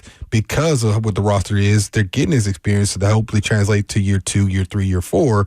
But having veterans like Big Jeff that can be there, that staple, that constant that that's why it becomes more evident to have people like him on your roster and mold that nucleus into something that could be potential. Well, they've said he is completely off the table because everybody's been calling ever since Brian Callahan got fired. So it looks like he's here for the long haul. And it looks like he hasn't demanded a trade. He was standing right next to Mike McCoy, talking to him on the sidelines on TV. At least they showed it on TV and kind of, talking, jiving, vibing, whatever you wanted to say. And, that kind of stuff kind of matters. Exactly. Someone in the chat, Alex Guthrie, says, how many times have we heard just build a couple draft classes multiple times? Yeah, but you actually have to have successful draft classes to do it. You got to do it. You got to do it. You got to do it. And easier said than done. Right. Yeah. But, this is a good start to that. And also to answer Michigan's question, I think for any of these players that are on the roster not named Jeffrey Simmons, Calvin Ridley, L'Jarius Sneed, doesn't matter, it's likely going to be a day 3 pick of some sort. And how high the day 3 pick is depends on the player and how much maybe they're willing to eat the salary of Calvin Ridley or L'Jarius Sneed to get a higher draft pick as well. So that would be something here. I don't think Calvin Ridley's on the trade block, but things change. Coming up next, we'll get to more of your phones as the Lee Company Titans Talkback right here on 104.5 The Zone.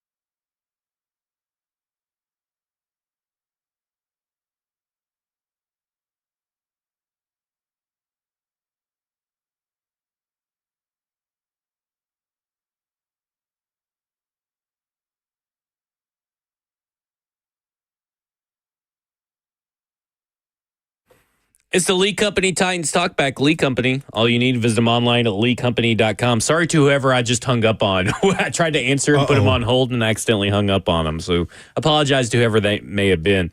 And here's how bad my writing is, my handwriting. Just a side note to bring some levity to the podcast. We need to the this. show. We need this. I thought it says emphasize ball security. And then I looked at it and said, does that say creamy pans? Oh, Lordy. And it's growing pains. Very bad. I'm like, why does it say creamy pans on here? This team is dealing with some creamy pans. It's dealing with some creamy pans. All right, let's go to the phones. Let's go to Mike in Old Hickory. Mike, you're on with Titans Talkback. How you doing, guys? Doing good. How are Doing you? well. I saw the game, and we lost, naturally. But Cam Ward, in my opinion, incrementally, I thought looked pretty good. Hey, there we go. And the reason I'm saying that is because he's come into a city, a team, an ownership that's last in the NFL. And I'm glad he survived. He's physically, still playing. But now, what does he do now? He's got a new coach, Mike McCoy. Now, is Mike McCoy going to be the interim for the rest of the season? Or is Amy looking at bringing in a new coach in the middle of the season? So I want to ask you guys this real hard question. Is Mike McCoy going to be the coach? And is Cam Ward then going to say, hey, I now can work for this coach even though we're going to lose the rest of the season, but I can work with this coach? All right. So I don't know if there's ever been an interim head coach fired midseason. What happened with Jeff Saturday? He made it all the way through. Did he? I don't know. Do you want to hire Jeff Saturday? Is that what you're saying? No. I don't know why. For some reason, I was thinking like he only got 5 games, but yeah, maybe that was all that was left in the season when he came on. I don't know. No, I think he had like 10 games. Did he? Yeah. I think you put an interim in place with the intention of collecting your thoughts and doing your process. They're collecting their data, their notes, who's potential to be in the interview process for them coming January, February. I don't think they're having Mike come in and say, hey, do this for 2-3 games while we interview people. Hey, just get a different interim every week and see who does the best job. Well, I did joke that, you have Mike McCoy coach the first half. You hire Brian Callahan back just to coach the fourth quarter. Then you just need to find a coach for the third quarter. Dang. Yeah, there you go. There you go. That's not confusing at all. No, it's not confusing at all. So Jeff Saturday and Tennessee Titans both have the same record, 1-7. How about that? Bring him in. He can coach him next week. The week after that, we'll get Mike McCarthy. The week after that, Jim Morris Sr. I don't know. Keep this train rolling. Listen, I think there's been a lot of talk about continuity, and while Mike McCoy is a different head coach, there is something to Mike McCoy has been on staff. The staff that affects Cam Ward has largely remained intact. Yeah. Nobody was fired, along with Brian Callahan. I think that is the plan, and I think that we just kind of have to say, hey, we saw incremental growth. Growth and development was the big theme of Mike Bergonzi and Chad Brinker's press conference at that 7:30 p.m. at night after firing Brian Callahan. So I think we have to understand that that's all it's going to take for the rest of the season for Mike McCoy to at least keep the job through the season. Like I said, again, I don't know if there's ever been an interim head coach that has been fired midseason. The only thing I can think of that would be close is the New Orleans Saints when, was it Joe Vitt replaced Sean Payton when he got suspended, and then they added Aaron Cromer to be co-head coach in the middle of the season, which was a wild thing to do. I think that be the only time that I can remember something like that even being close to this. And again, you just got to roll with Mike McCoy at this point. Now, for sure. And I will say once again, visors with blonde wigs on them would sell. I'd buy one. I'd wear it on the show every week. Just do it. Titans, that's free money. Maybe cut us some money on the back. Okay, let's go to Cedric. Cedric, you're on with Titans Talkback. Listen, man, the week started off bad with this Brinker press conference. The guy doesn't inspire any leadership qualities whatsoever. That press conference was a disaster. And then, you get to today's game, and you got people on here calling saying, if you're mad, you shouldn't be a Titans fan. If you're a Titans fan and you want to be upset, then you should be as upset as you want to be. And quite frankly, I'm ticked off by this. Bill Parcells once said, your record is what it is. And we are a losing franchise. Guys, this is not week one. This is not week one. We have a quarterback out here who is still making the same mistakes that he was making in week one. The dude, did he have a good first quarter? Absolutely, man, and I'll give him that. And nobody's pulling for Cam Ward more than me. But in the second half, this is the opposite of every other game that we've had all year. We put together a pretty decent first half and a crap second half, and you got a quarterback that turns the ball over. There's no difference statistically from a turnover perspective from him and Will Levis. They're the same guy right now. And do I hope Cam Ward turns out to be better than Will Levis? Absolutely. But you're talking about 12 turnovers through 7 games last year for Levis and 10 right now for Cam Ward, and the guy can't hold on to the ball because he's drifting. He won't throw the ball away. He's patting it, knocking it out of his hand. Maybe the guy needs to wear some gloves or something. I don't know. But to sit here and say this is like week one, no, man, it's not week one. And everybody deserves to be ticked off if you're a Titans fan. We want better from this franchise, and I hope Amy hears it. We got to do better than this, man. We got to do better. Hey, I agree. I'm not saying fans cannot be mad or anything. I just push back on the Cam Ward is a bust thing. And I'll push back on that, he's doing the same stuff over and over. I mean, I get that the fumbling is, but again, he improved. Yeah. I mean, there's just no denying that. Yeah, and that's where I'm at. I go back to what I said earlier about hope for the future. And I think it's each fan's prerogative to make their own decision as to how they feel about it. If you don't feel very hopeful about the future, every right to be mad. I'm not going to criticize anybody for that at all. Because we do need better, right? Yeah, for sure. I mean, again, we need better from this franchise. We need better from ownership. We need better from the GM. We need better from the president of football operations. We definitely need better from whatever coach is coming. And we do need better from the players. Yeah. Like there's no denying it's not like you're a 1-17 by happenstance. Right. You're a 1-17 because you're a 1-17 because you are a poorly run team. You projecting a bit there? Well, maybe it is 1-17. 1-6. 1-6, but they got the Colts next week. Oh, wait. Oh, sorry, 1-6. But you are that team because you are a bad team. Yeah. You have a bad staff or a staff that's underachieving or not putting their players in position to succeed. Up until now, maybe that's different now. You do have bad front office and ownership that has kind of bungled things, her decisions here and there. But at the same time, I guess this is maybe the part that drives fans nuts that are mad right now. It's hard to celebrate the little things when you're in the moment. Yeah. Yeah. And I think that's the frustration is, because it has been a few years of this kind of what do you call it? Average football, maybe? I don't know. It started out average, and now it's really bottoming out. It's really bottoming out. And I say that, and I get the frustration. I mean, we always want our team to win. We want to go undefeated every year and win championships every year. The reality of it is there's free agency, there's injuries, there's draft capital, there's changes, quarterback changes, personnel, administrative changes, things like that. And I said this several weeks ago about the teams that are at that high level right now. There's a synergy between the administration, the coach, and the personnel, the roster. And what happens from that is when people are having success, they pull people from those franchises to try to have the same success. So you start pulling executives from the Chiefs. You start pulling the executives and coaches from the Lions. You start pulling executives and things from the Packers and from the Rams when they were having, and you start trying to mimic and mock what they have done that made them successful at your franchise, whether it works or not. Sometimes it does, sometimes it doesn't.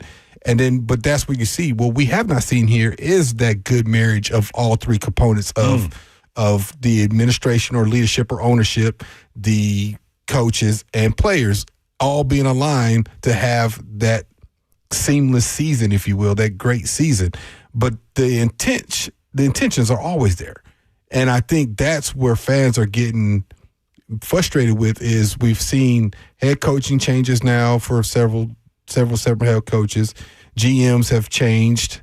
Now we've seen a high turnover in the roster between all the different coaches and GM changes, and it's not equating to wins. If I think fans would be okay if the Titans were in the conversation to win the division, maybe not even the Super Bowl at this point, just be relevant. And the frustrating part is they're irrelevant right now as far as being in the conversation with one of the better teams, making the playoffs, stuff like that. It's just now we're talking about how high our draft pick's going to be again. And I think that's the frustrating thing from a fan's perspective. And let's be honest, the next head coach is super important because once you find the head coach and quarterback that can perfectly fit together, it changes everything. The Colts are a perfect example. Daniel Jones was dead man walking. Exactly. Dead on arrival. And he gets with Shane Steichen, and he has taken off and has become the best version of himself. And he was a worse rookie or worse draft prospect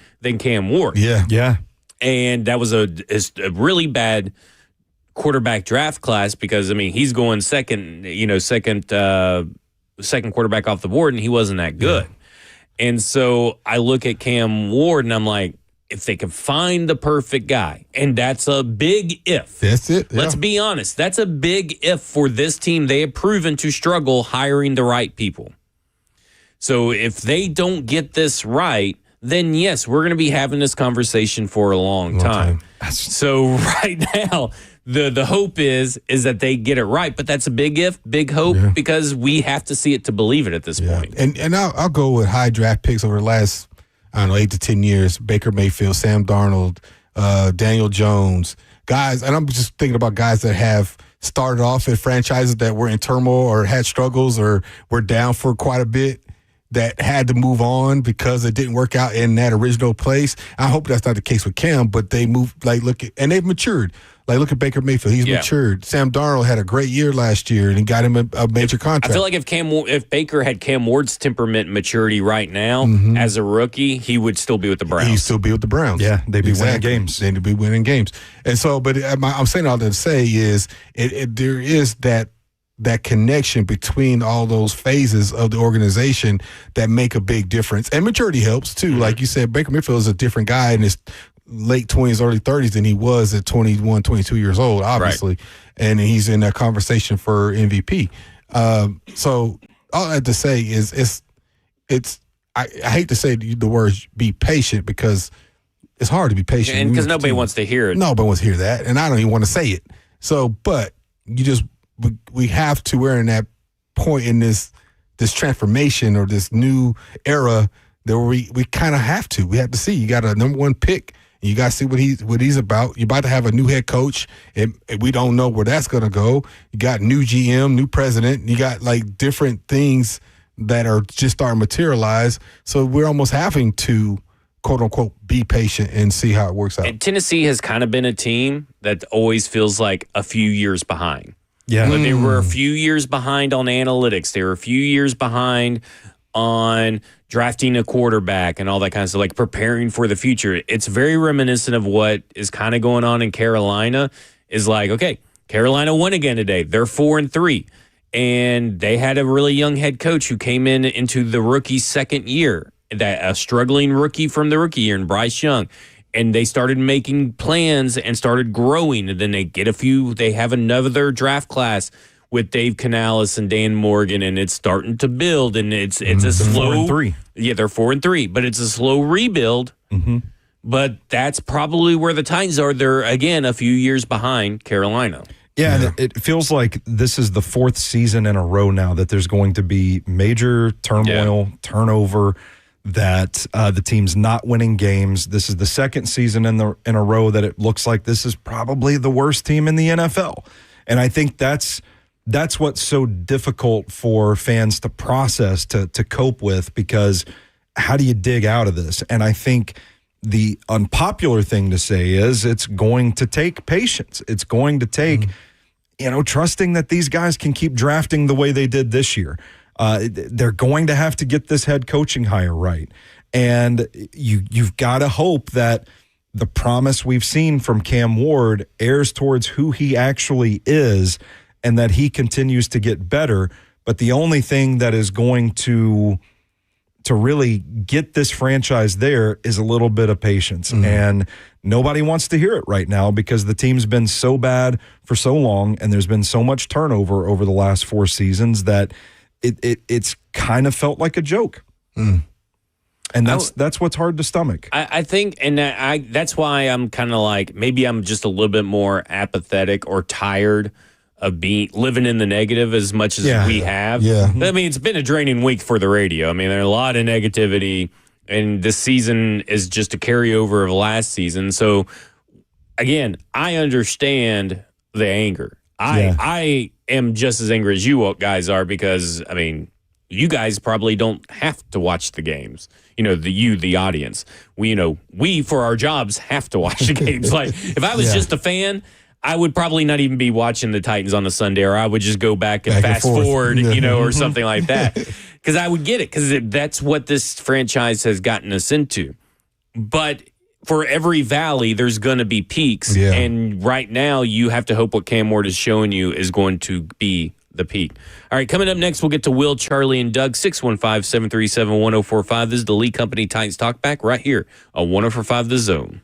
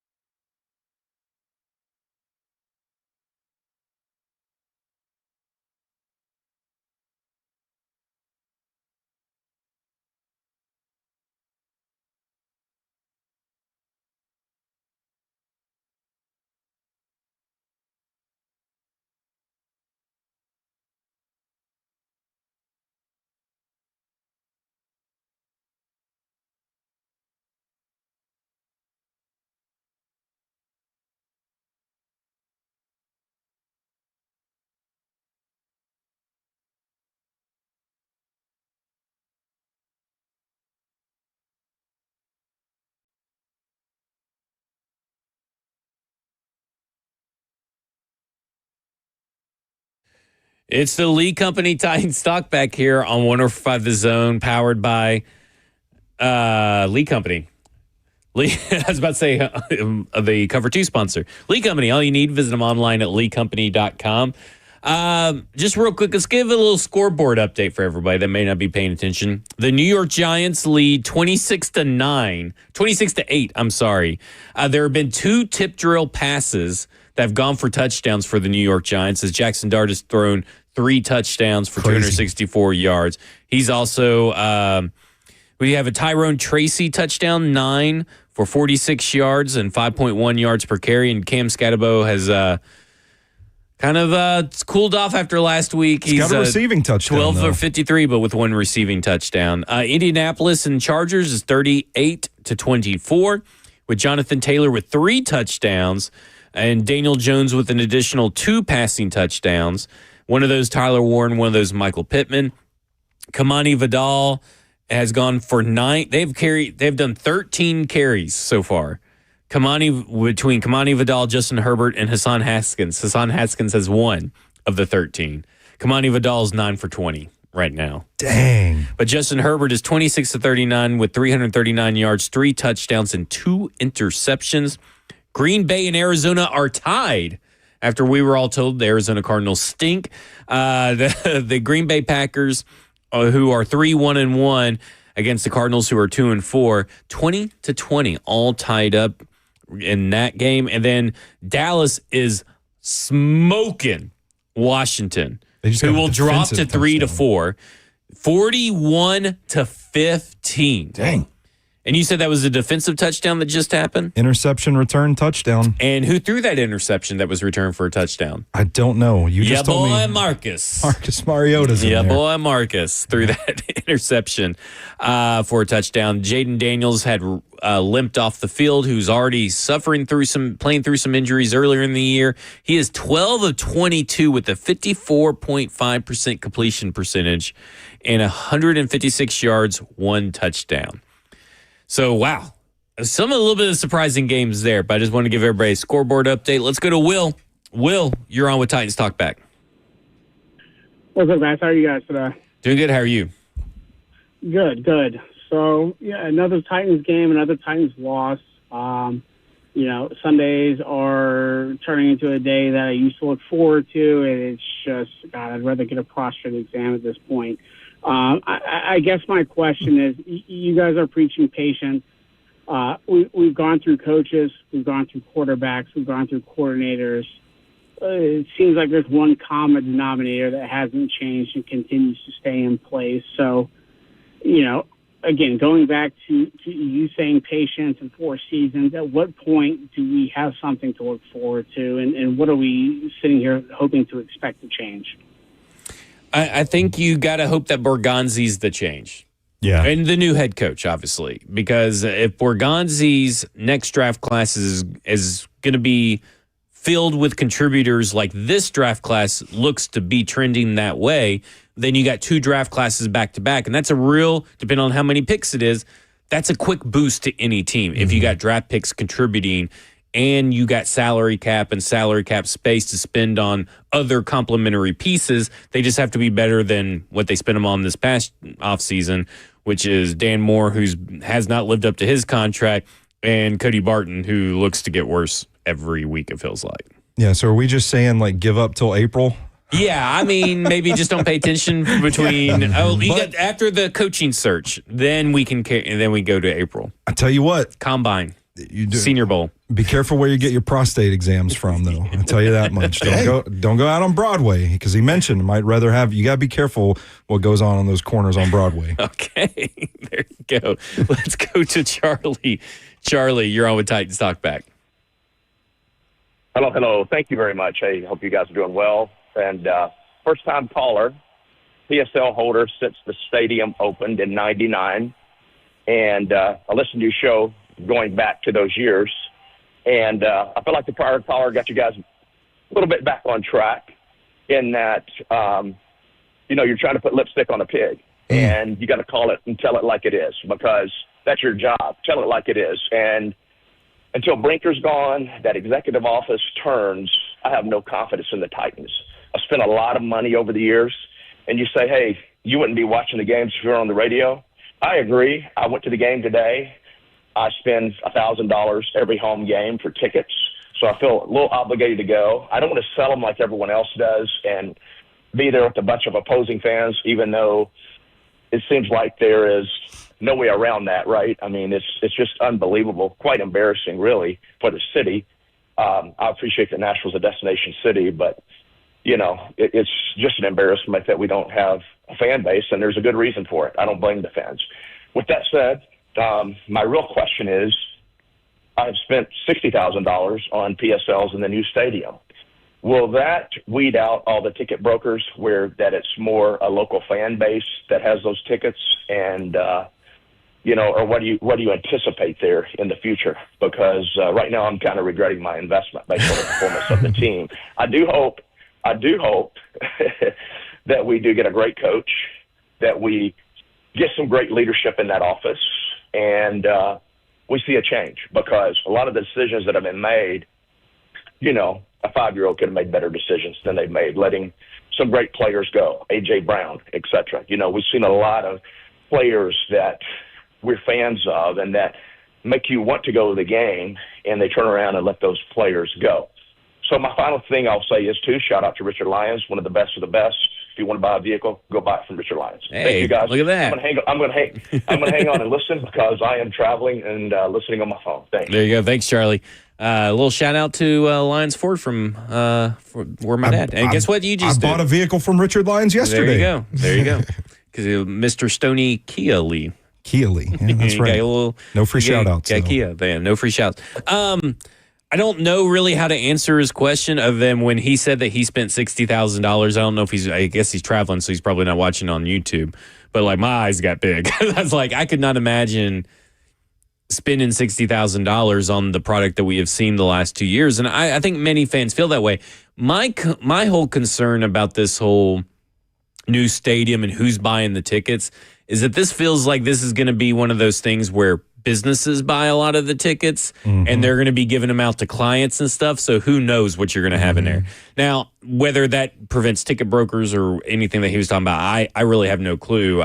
Maybe I can put a bug in someone's ear to ask and find out, because I know that there's geolocation things, that geofencing or whatever they do over for the Predators to prevent like out-of-towners buying the tickets. Like, you have to be in a certain area and stuff to get the resale tickets and stuff. So we'll see. I'm the least qualified person to talk about ticketing. Yeah. My opinion of it is, one, I've always said once, like, you are in a city of minimum cities that have a team with a NFL franchise. So it's hard for me to justify or say don't go, even though they're not winning. I mean, again, we've given examples of franchises and teams that have been in the NFL or in their cities far longer than we have in Nashville, and people stuck around, and now they came back on the other side. For how long they may be on the other side of this, Detroit being one, and as an example of that. The other side of that is I think a lot of people are looking at this as almost a passive income investment, where if you can't make a game, you can sell your tickets, depending on where they are, and recoup some of the money that you had paid for, especially for the season ticket part of that PSL piece, back. And I've heard about people doing that in places like Vegas and Dallas, some of these new state-of-the-art stadiums that people have kind of used it like that. And Nashville being a destination city for concerts and everything else that this stadium is going to hold.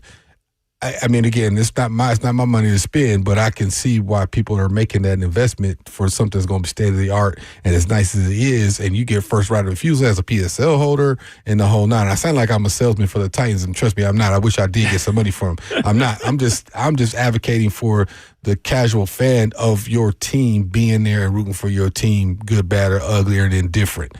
And recognizing that, there's going to be times, like he said, he wasn't able to go today. I'm assuming he sold his tickets, but it also makes it hard to sell your tickets to local fans. It's going to be probably like today. There's a lot of New England fans in there. And also, to be fair, I mean, you're hoping. I mean, the gamble with buying PSLs for the new stadium is that you're hoping that Cam Ward turns into a legit dude and they get the right coach. Exactly. But I do agree with the sentiment and they're in prove-it mode, right? They have not earned our faith. They have not earned our hope. Yeah. Really, like they have not earned anything. They have to earn our trust and faith back from the analysts to the media to the fans to the probably to some of the players. Like these decision makers have to earn our trust back. But speaking of the ticket sales, did you see this ticket sales rep named Dan and what he did after Callahan was fired? No. There's a guy named Dan. And, they text, right? They'll text you to try to get you to buy tickets. And he must have kept a folder or bookmark of everybody that said they wouldn't buy tickets until Brian Callahan was fired. And he texted every one of those people and said, Brian Callahan is fired. Time to buy tickets. Shut up, man. Good for him, right? Like, I mean, that is smart on his part. But he went back and messaged every one of those people. Dang. Shout out Dan. Yeah. Shout out Dan. Big shout out to Dan. Expertise. Yeah, that was really smart. That was the most unique thing I've seen. I'm like, man, that's a guy that you should hire to sell any product that you want, because that guy's dedicated and he remembers everybody and everything. He was waiting on that moment. He was. He's in his draft box for the longest. That's like, yes, send. There you go.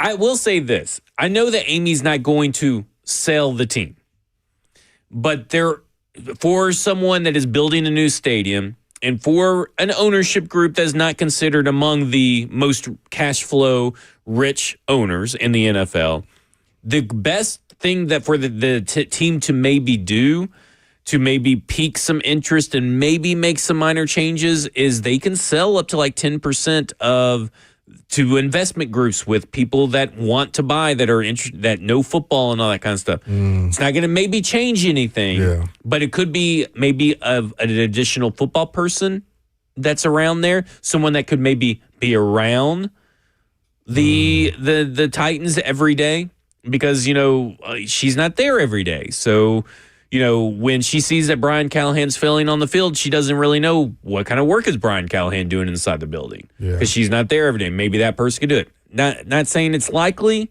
but just saying that is a possibility. So we'll see. Well, my thing is, we've said it on here, how many chefs in the kitchen do you need? Yeah. That seems to be an issue already. That's anyway. true. And I think she's hired people that she supposedly trusts to be able to relay information and collaborate and make the right decisions. And sometimes you win, sometimes you lose, so to speak. And some decisions, some have been good, some haven't worked out so well. So I don't know if that's the answer. I don't know if you go ahead and bring another, chef in the kitchen. I think uniquely, I can't remember if Stoney said this earlier today. I think he did.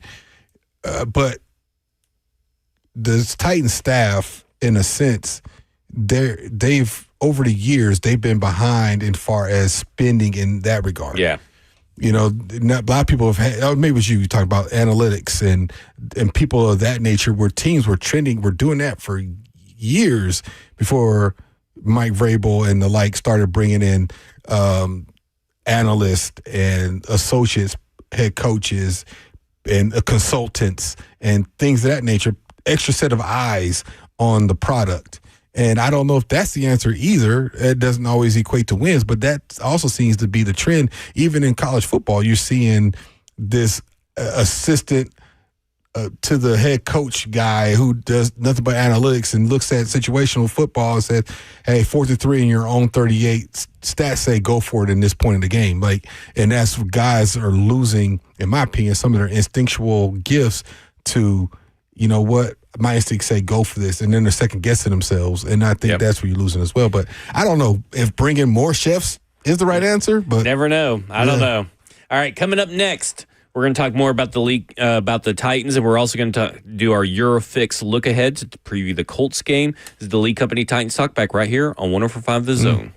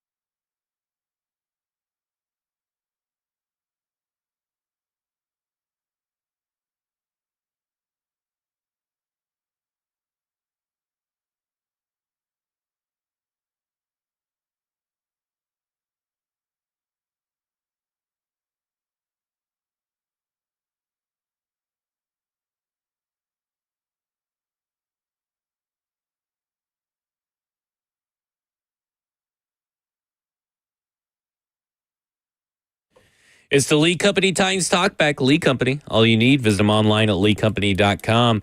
Let's go straight to the phones. Let's go to Will, who wants to talk about the Titans. Will, you're on with Titans Talkback.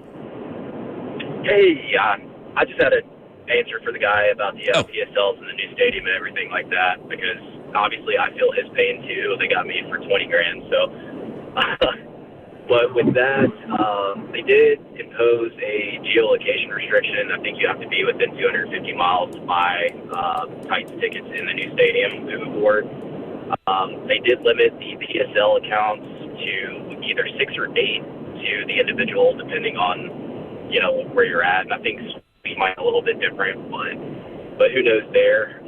And then beyond that, they imposed something to where if you sell 5 or more games, you forfeit your PSLs. So there's that. Ooh. So they're actually looking at everything and trying to figure out the best way to get us a home field advantage back. But I just kind of wanted to answer that for him, and I'll hang up and listen to you guys again. Thank you. All right, thanks. Hey, that was good information right there. Thanks, Will. Will to Charlie, Charlie to Will. We'll take Will's word for it. Y'all throwing money around out there, man. I cringe every time I get a cup of coffee and it's $4. Like, dang. Ooh, turn loose of this now? I mean, I just props to those fans, though, that do spend the money like that, because that's some dedication. That's commitment. Like, I get it, especially if someone like Charlie, I think he's had PSLs ever since they've been in Nashville. And I'm just thinking, man, the amount of money you have spent and some of the bad football games you have seen inside that stadium. Yeah. But, like, that's dedication. So props to them and props to Will as well. Let's go to Rick. Rick, you're on with Titans Talkback. Hey, guys. So this is going to be a little bit different. I'm not even a Titans fan. I'm brand new here. I just moved here about 6 weeks ago. And, I mean, I'm good with the Titans. I don't, whatever. But I'm a Tampa fan. And I hear the same phone calls in Tampa, and Tampa's good. And the fans are saying the same thing. How come there's so many, why are there so many fans from the other team in the stadium? You hear the same thing in Los Angeles. You hear the same thing in Miami, in Jacksonville, in Charlotte. It's the same thing, and it's because it's different nowadays watching a football game. It's great watching games on TV. And especially, if you're in a city like this, I want to go to Nashville and visit, or I want to go to, look, I'm waiting for the Bucs to go to Vegas. I'm going to head back out there and do that. And that's the same thing. It's no disrespect. I mean, I think, look, I've been through bad years with the football team. I mean, if I'm a Buccaneers fan, I know what losing is. And I can tell you, it's the same thing, whether you're winning or losing. It's not always like you're going to be filled with your own fans. It's a different deal now than it was when I was growing up. And don't brag on the fans or the Titans or any of that. This is just, I mean, things are different now. And nothing but respect to the Titans. Do what you can. That's how you're going to get better players. That's how you're going to have a better fan experience, is selling the PSLs, and the people who do go and the few fans who can't afford it and go, well, good for them. I mean, it's going to be an amazing stadium from everything I've seen, but don't rag on. I mean, man, from a different team who's, I'm not invested in this at all in any way, shape, or form. You guys are ragging on the fans or ragging on the team and all that a little more than I think you probably should, because you can be a really good team and the same thing happens. Hey, I think there is something to that. His idea that the NFL is a little bit better to watch. The NFL products just as fun to watch on TV than it is going out and spending money at concession stands and all that. And there's a lot of people that just want to go that've never been to a football game. It's become more accessible and more global, which means that, hey, maybe there is something to what he's trying to say. I think there's a level of that that's absolutely true. I think people are like, well, I get to sit here and watch it from my TV, and I stream however many games at the same time and still look back at my team and make a little bit of money. Just be honest with you, especially with Nashville being a destination spot that people, I heard somebody the other day while I was out west talking about, I forgot what their team was. They played the Titans and so I've never been to Nashville. We should go. And I was at the airport, just overheard the conversation. You know what I'm saying? So it was just one of those things where that's the conversation people having. They want to come to Nashville and like, my team is there. I might as well go play. And the people are looking at that like, let me go ahead and put these tickets up, mark it 50% mark on my ticket, make a little extra money because my team's not doing well. And I get that. My whole thing is, and we said before, you have every right to boo and be mad with your team, especially not winning. But be careful how far you go with that because you see how fast teams move cities sometimes, you know. Yeah. You know, you got a new stadium going up, so they ain't going nowhere. But my point is, it could be in some of the other cities that have lost their teams, the Oaklands of the world, for example, who's losing baseball and football out of Oakland. I'd echo that sentiment. I'd say welcome to Nashville, Rick. And what are you listening to Titans Talkback for? Go enjoy some conversation about your MVP quarterback in Tampa Bay. Well, I thought it was interesting that they have the same conversations there, and they're a winning football team, like he said. It's a good point. And listen, no offense to the city of Tampa, but it's not a destination city like Nashville. Let's be honest here. I mean, it's not on the same level as Nashville. Neither is Charlotte either. Like those aren't destination cities. And Charlotte's actually going through their own growing pains, but I get what his point is. All different types of teams and all different levels of success are having a hard time. I mean, obviously, L.A. is because it's more of a, you know, they went to L.A., then they went to St. Louis, and they're back to L.A., and it's kind of just a casual NFL town, but it's got a big market, and people go because it's kind of a, you know, a fun thing to do. It's kind of like Predators game. I think Predators really have something where they make it affordable to go, and then people show up because it's just a fun thing to do on the weekends. And I think that's how L.A. and the Rams and the Chargers kind of get treated for the most part at that point. I would say if you walk into the right club in Tampa Bay, it might become a destination city. Well, I mean, I've been to Tampa. I've been to some clubs. I'm just saying. I'm just floating it out. I'm just there. not saying it's not Nashville. Yeah. That's no offense to Tampa. It's just, you know, when you're talking about destination cities. Well, think about great stadium though, or cool stadium. Think about how long they were irrelevant. Yep.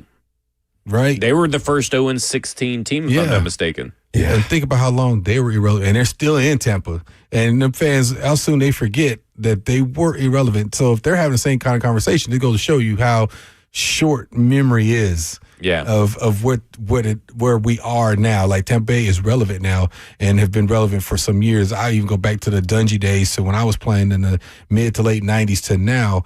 But prior to that, they were like the creamsicle uniforms. Well, they've been relevant now since 2020, right? I mean, ever since they signed Tom Brady. I can go back before even when Dungy got there, and Dungy took them to the playoffs. They won Super Bowl with his build, John Gruden. And John Gruden took over in 2002, I think that was. We lost to the Raiders that year in the AFC Championship game. So they have been somewhat relevant, if you will, for about 20, 25 years now. But talking about now with the success that they've had under Tom Brady, and now Baker Mayfield has carried that torch. I mean, that's a team that is right now MVP level quarterback, like you just alluded to. One of the best offenses, has a really good defense. Todd Bowles is a failed head coach at New York. That is making things happen here, which goes back to my point about failed head coaches in general. Sometimes the situation of where they were at matters. Yeah, absolutely. And I like when people talk about, Robert Saleh, how do you even entertain the idea of Robert Saleh, or how do you entertain the idea of Art Smith? I look at those situations differently. But again, that's just that we're a little bit a ways away before we have to really start diving into head coaching talk. Let's go to Tony. Tony, you're on with Titans Talkback. Hey, guys. Thanks for taking the call. Hey, I just had a comment. Dr. K mentioned, be careful about how much hate because, teams get up and leave. And that's totally right. I have supported the Titans since 96 when I first heard the Oilers moving to town. I was at the Music City Miracle game. Dr. K just lit it up. It was amazing to be part of something like that. I think, however, in the years since, there hasn't been much success, if any at all, from the Titans. We've had flourishes with a big game there. We had flourishes with the championship game. We've had flourishes. We've seen what we could be when we get legitimate, competent people around in this organization.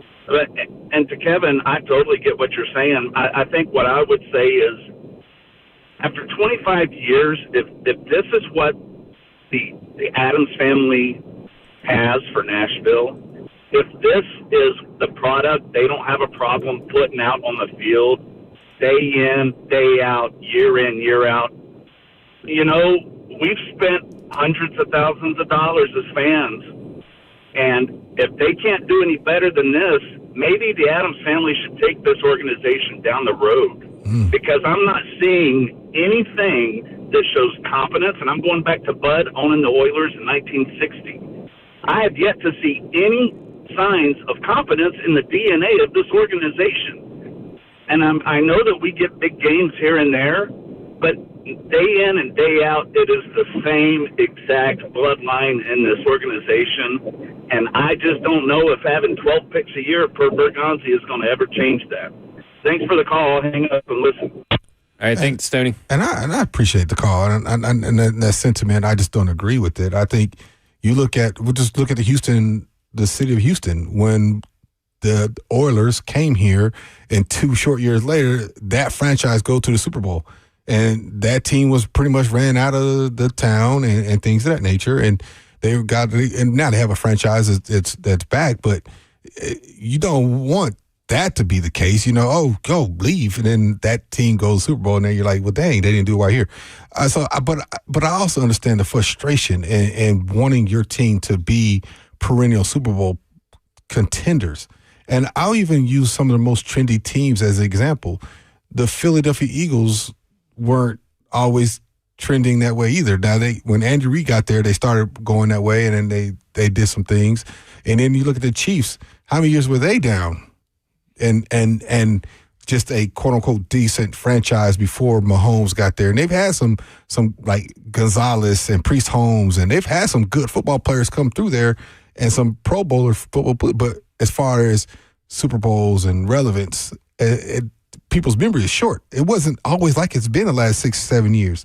And so my argument is, I get it. I want them to win too. That only benefits all of us if the cities win. Like the city's just electric when your team's winning. Remember when the Preds were winning that year and how electric it was? Even when we were winning, it's just a different vibe in the city when your team is winning. I want that back just as much as anybody else. I'm just saying, be careful what you ask for. And now the Titans ain't going anywhere. I'm not saying that, but just be careful what you ask for, because we could have the latter. And I don't know. I've heard conversations about the Memphis Grizzlies leaving Memphis.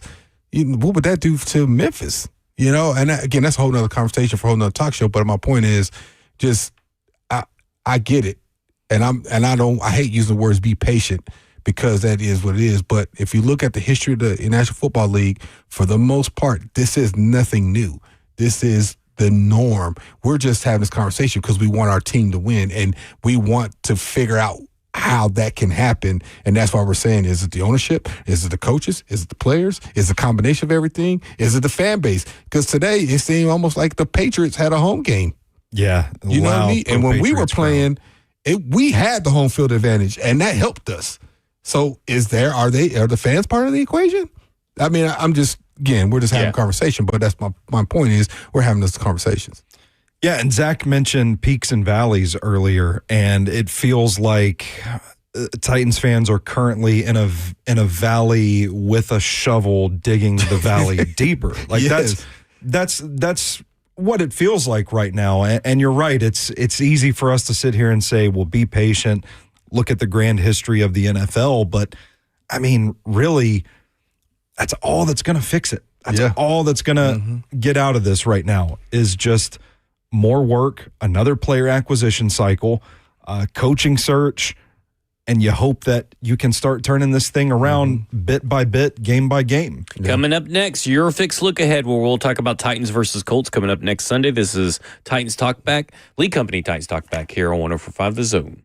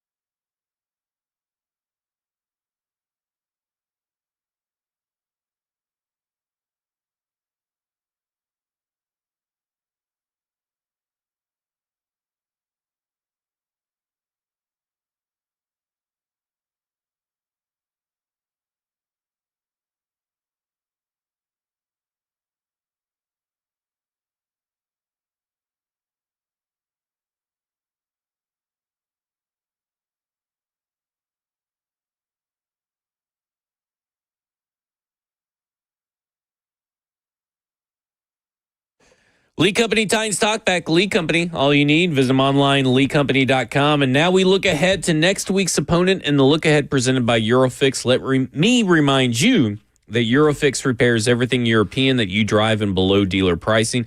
ASE certified technicians, a local company that has serviced Middle Tennessee for over 2 decades. Visit eurofixonline.com. Next week, the Titans head up to Indianapolis for their rematch with the Colts. Anybody pick up the Titans to win? No, absolutely not. Currently, the Colts are, I guess their game's over. They beat the Chargers and have moved to 5-1. Ooh, yeah, they're 6-1, aren't they? Yeah, I guess maybe they would be 6-1 at this point. Maybe that's just not updated right there.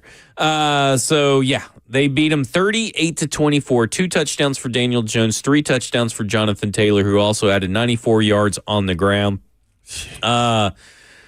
Yikes. They're a wagon. And listen, Blaine said this like top 5 a couple of weeks ago, top 5 team in the NFL. You said argument to be best team, or at least top 3. I think so. Yeah. And I say maybe the best team in the AFC right now. Yeah, and listen, that's not hard. The AFC is really weird.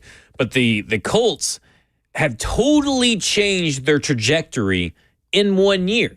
And it came down to the quarterback and head coach marriage. It's the same, almost the same exact defense, pretty much the same exact offense, except for they were able to add another young piece, which they've been adding young pieces. Jonathan Taylor, Tyler Warren, Michael Pittman, Alec Pierce, Joshua Downs. Like, they've been adding and stockpiling young pieces, and now they found the perfect marriage of quarterback.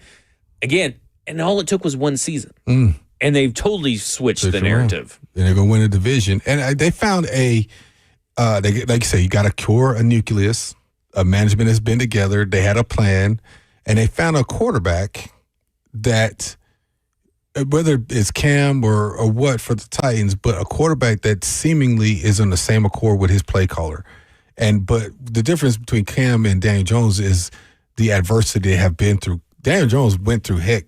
Up there in New York, they were ready to run that man out of town. His rookie year, change the scenery, and now look at him. He's comfortable, he's relaxed, he's confident.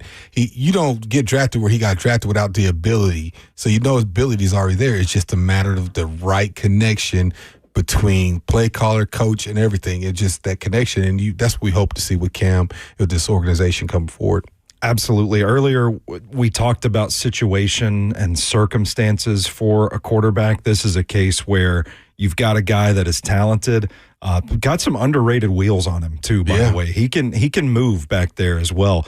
But getting him a run game, an established offensive line, getting him some weapons, getting him a defense. This is the best roster that Daniel Jones has had to work with, and you're seeing the Indianapolis Colts reap the benefits of that. They're the best team that I've watched this season. I haven't watched all 32 teams.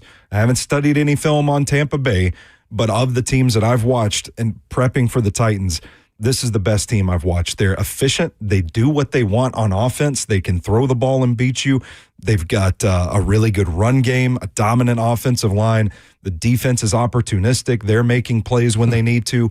They can control the clock. They can dictate what they want to do to their opponents week in and week out. This is a team that looks to me like they're the team to beat in the AFC. Yeah, well, and like I said, it's like all it took is 1 season. I know that we talked about how good this roster is, and that took time. But also we saw Anthony Richardson not be able to do anything with this same exact roster.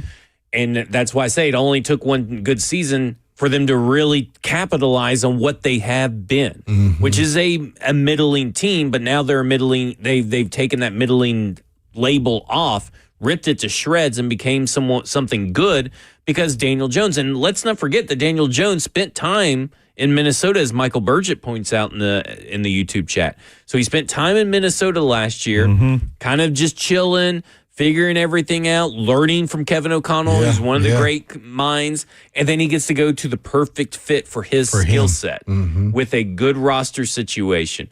Because not every quarterback is likely to take advantage of that roster. That's why the head coach and quarterback have to have that perfect marriage. And again, I know you talked about it, and funnily enough, it got asked in the press conference. you're like, you look at Drake May, there's your blueprint for Cam Ward. Yeah. And so, if you look at that, look at what has happened to Baker, you just hope that you are the team that gets to reap the benefits of that, and not the other team. I agree with you, man.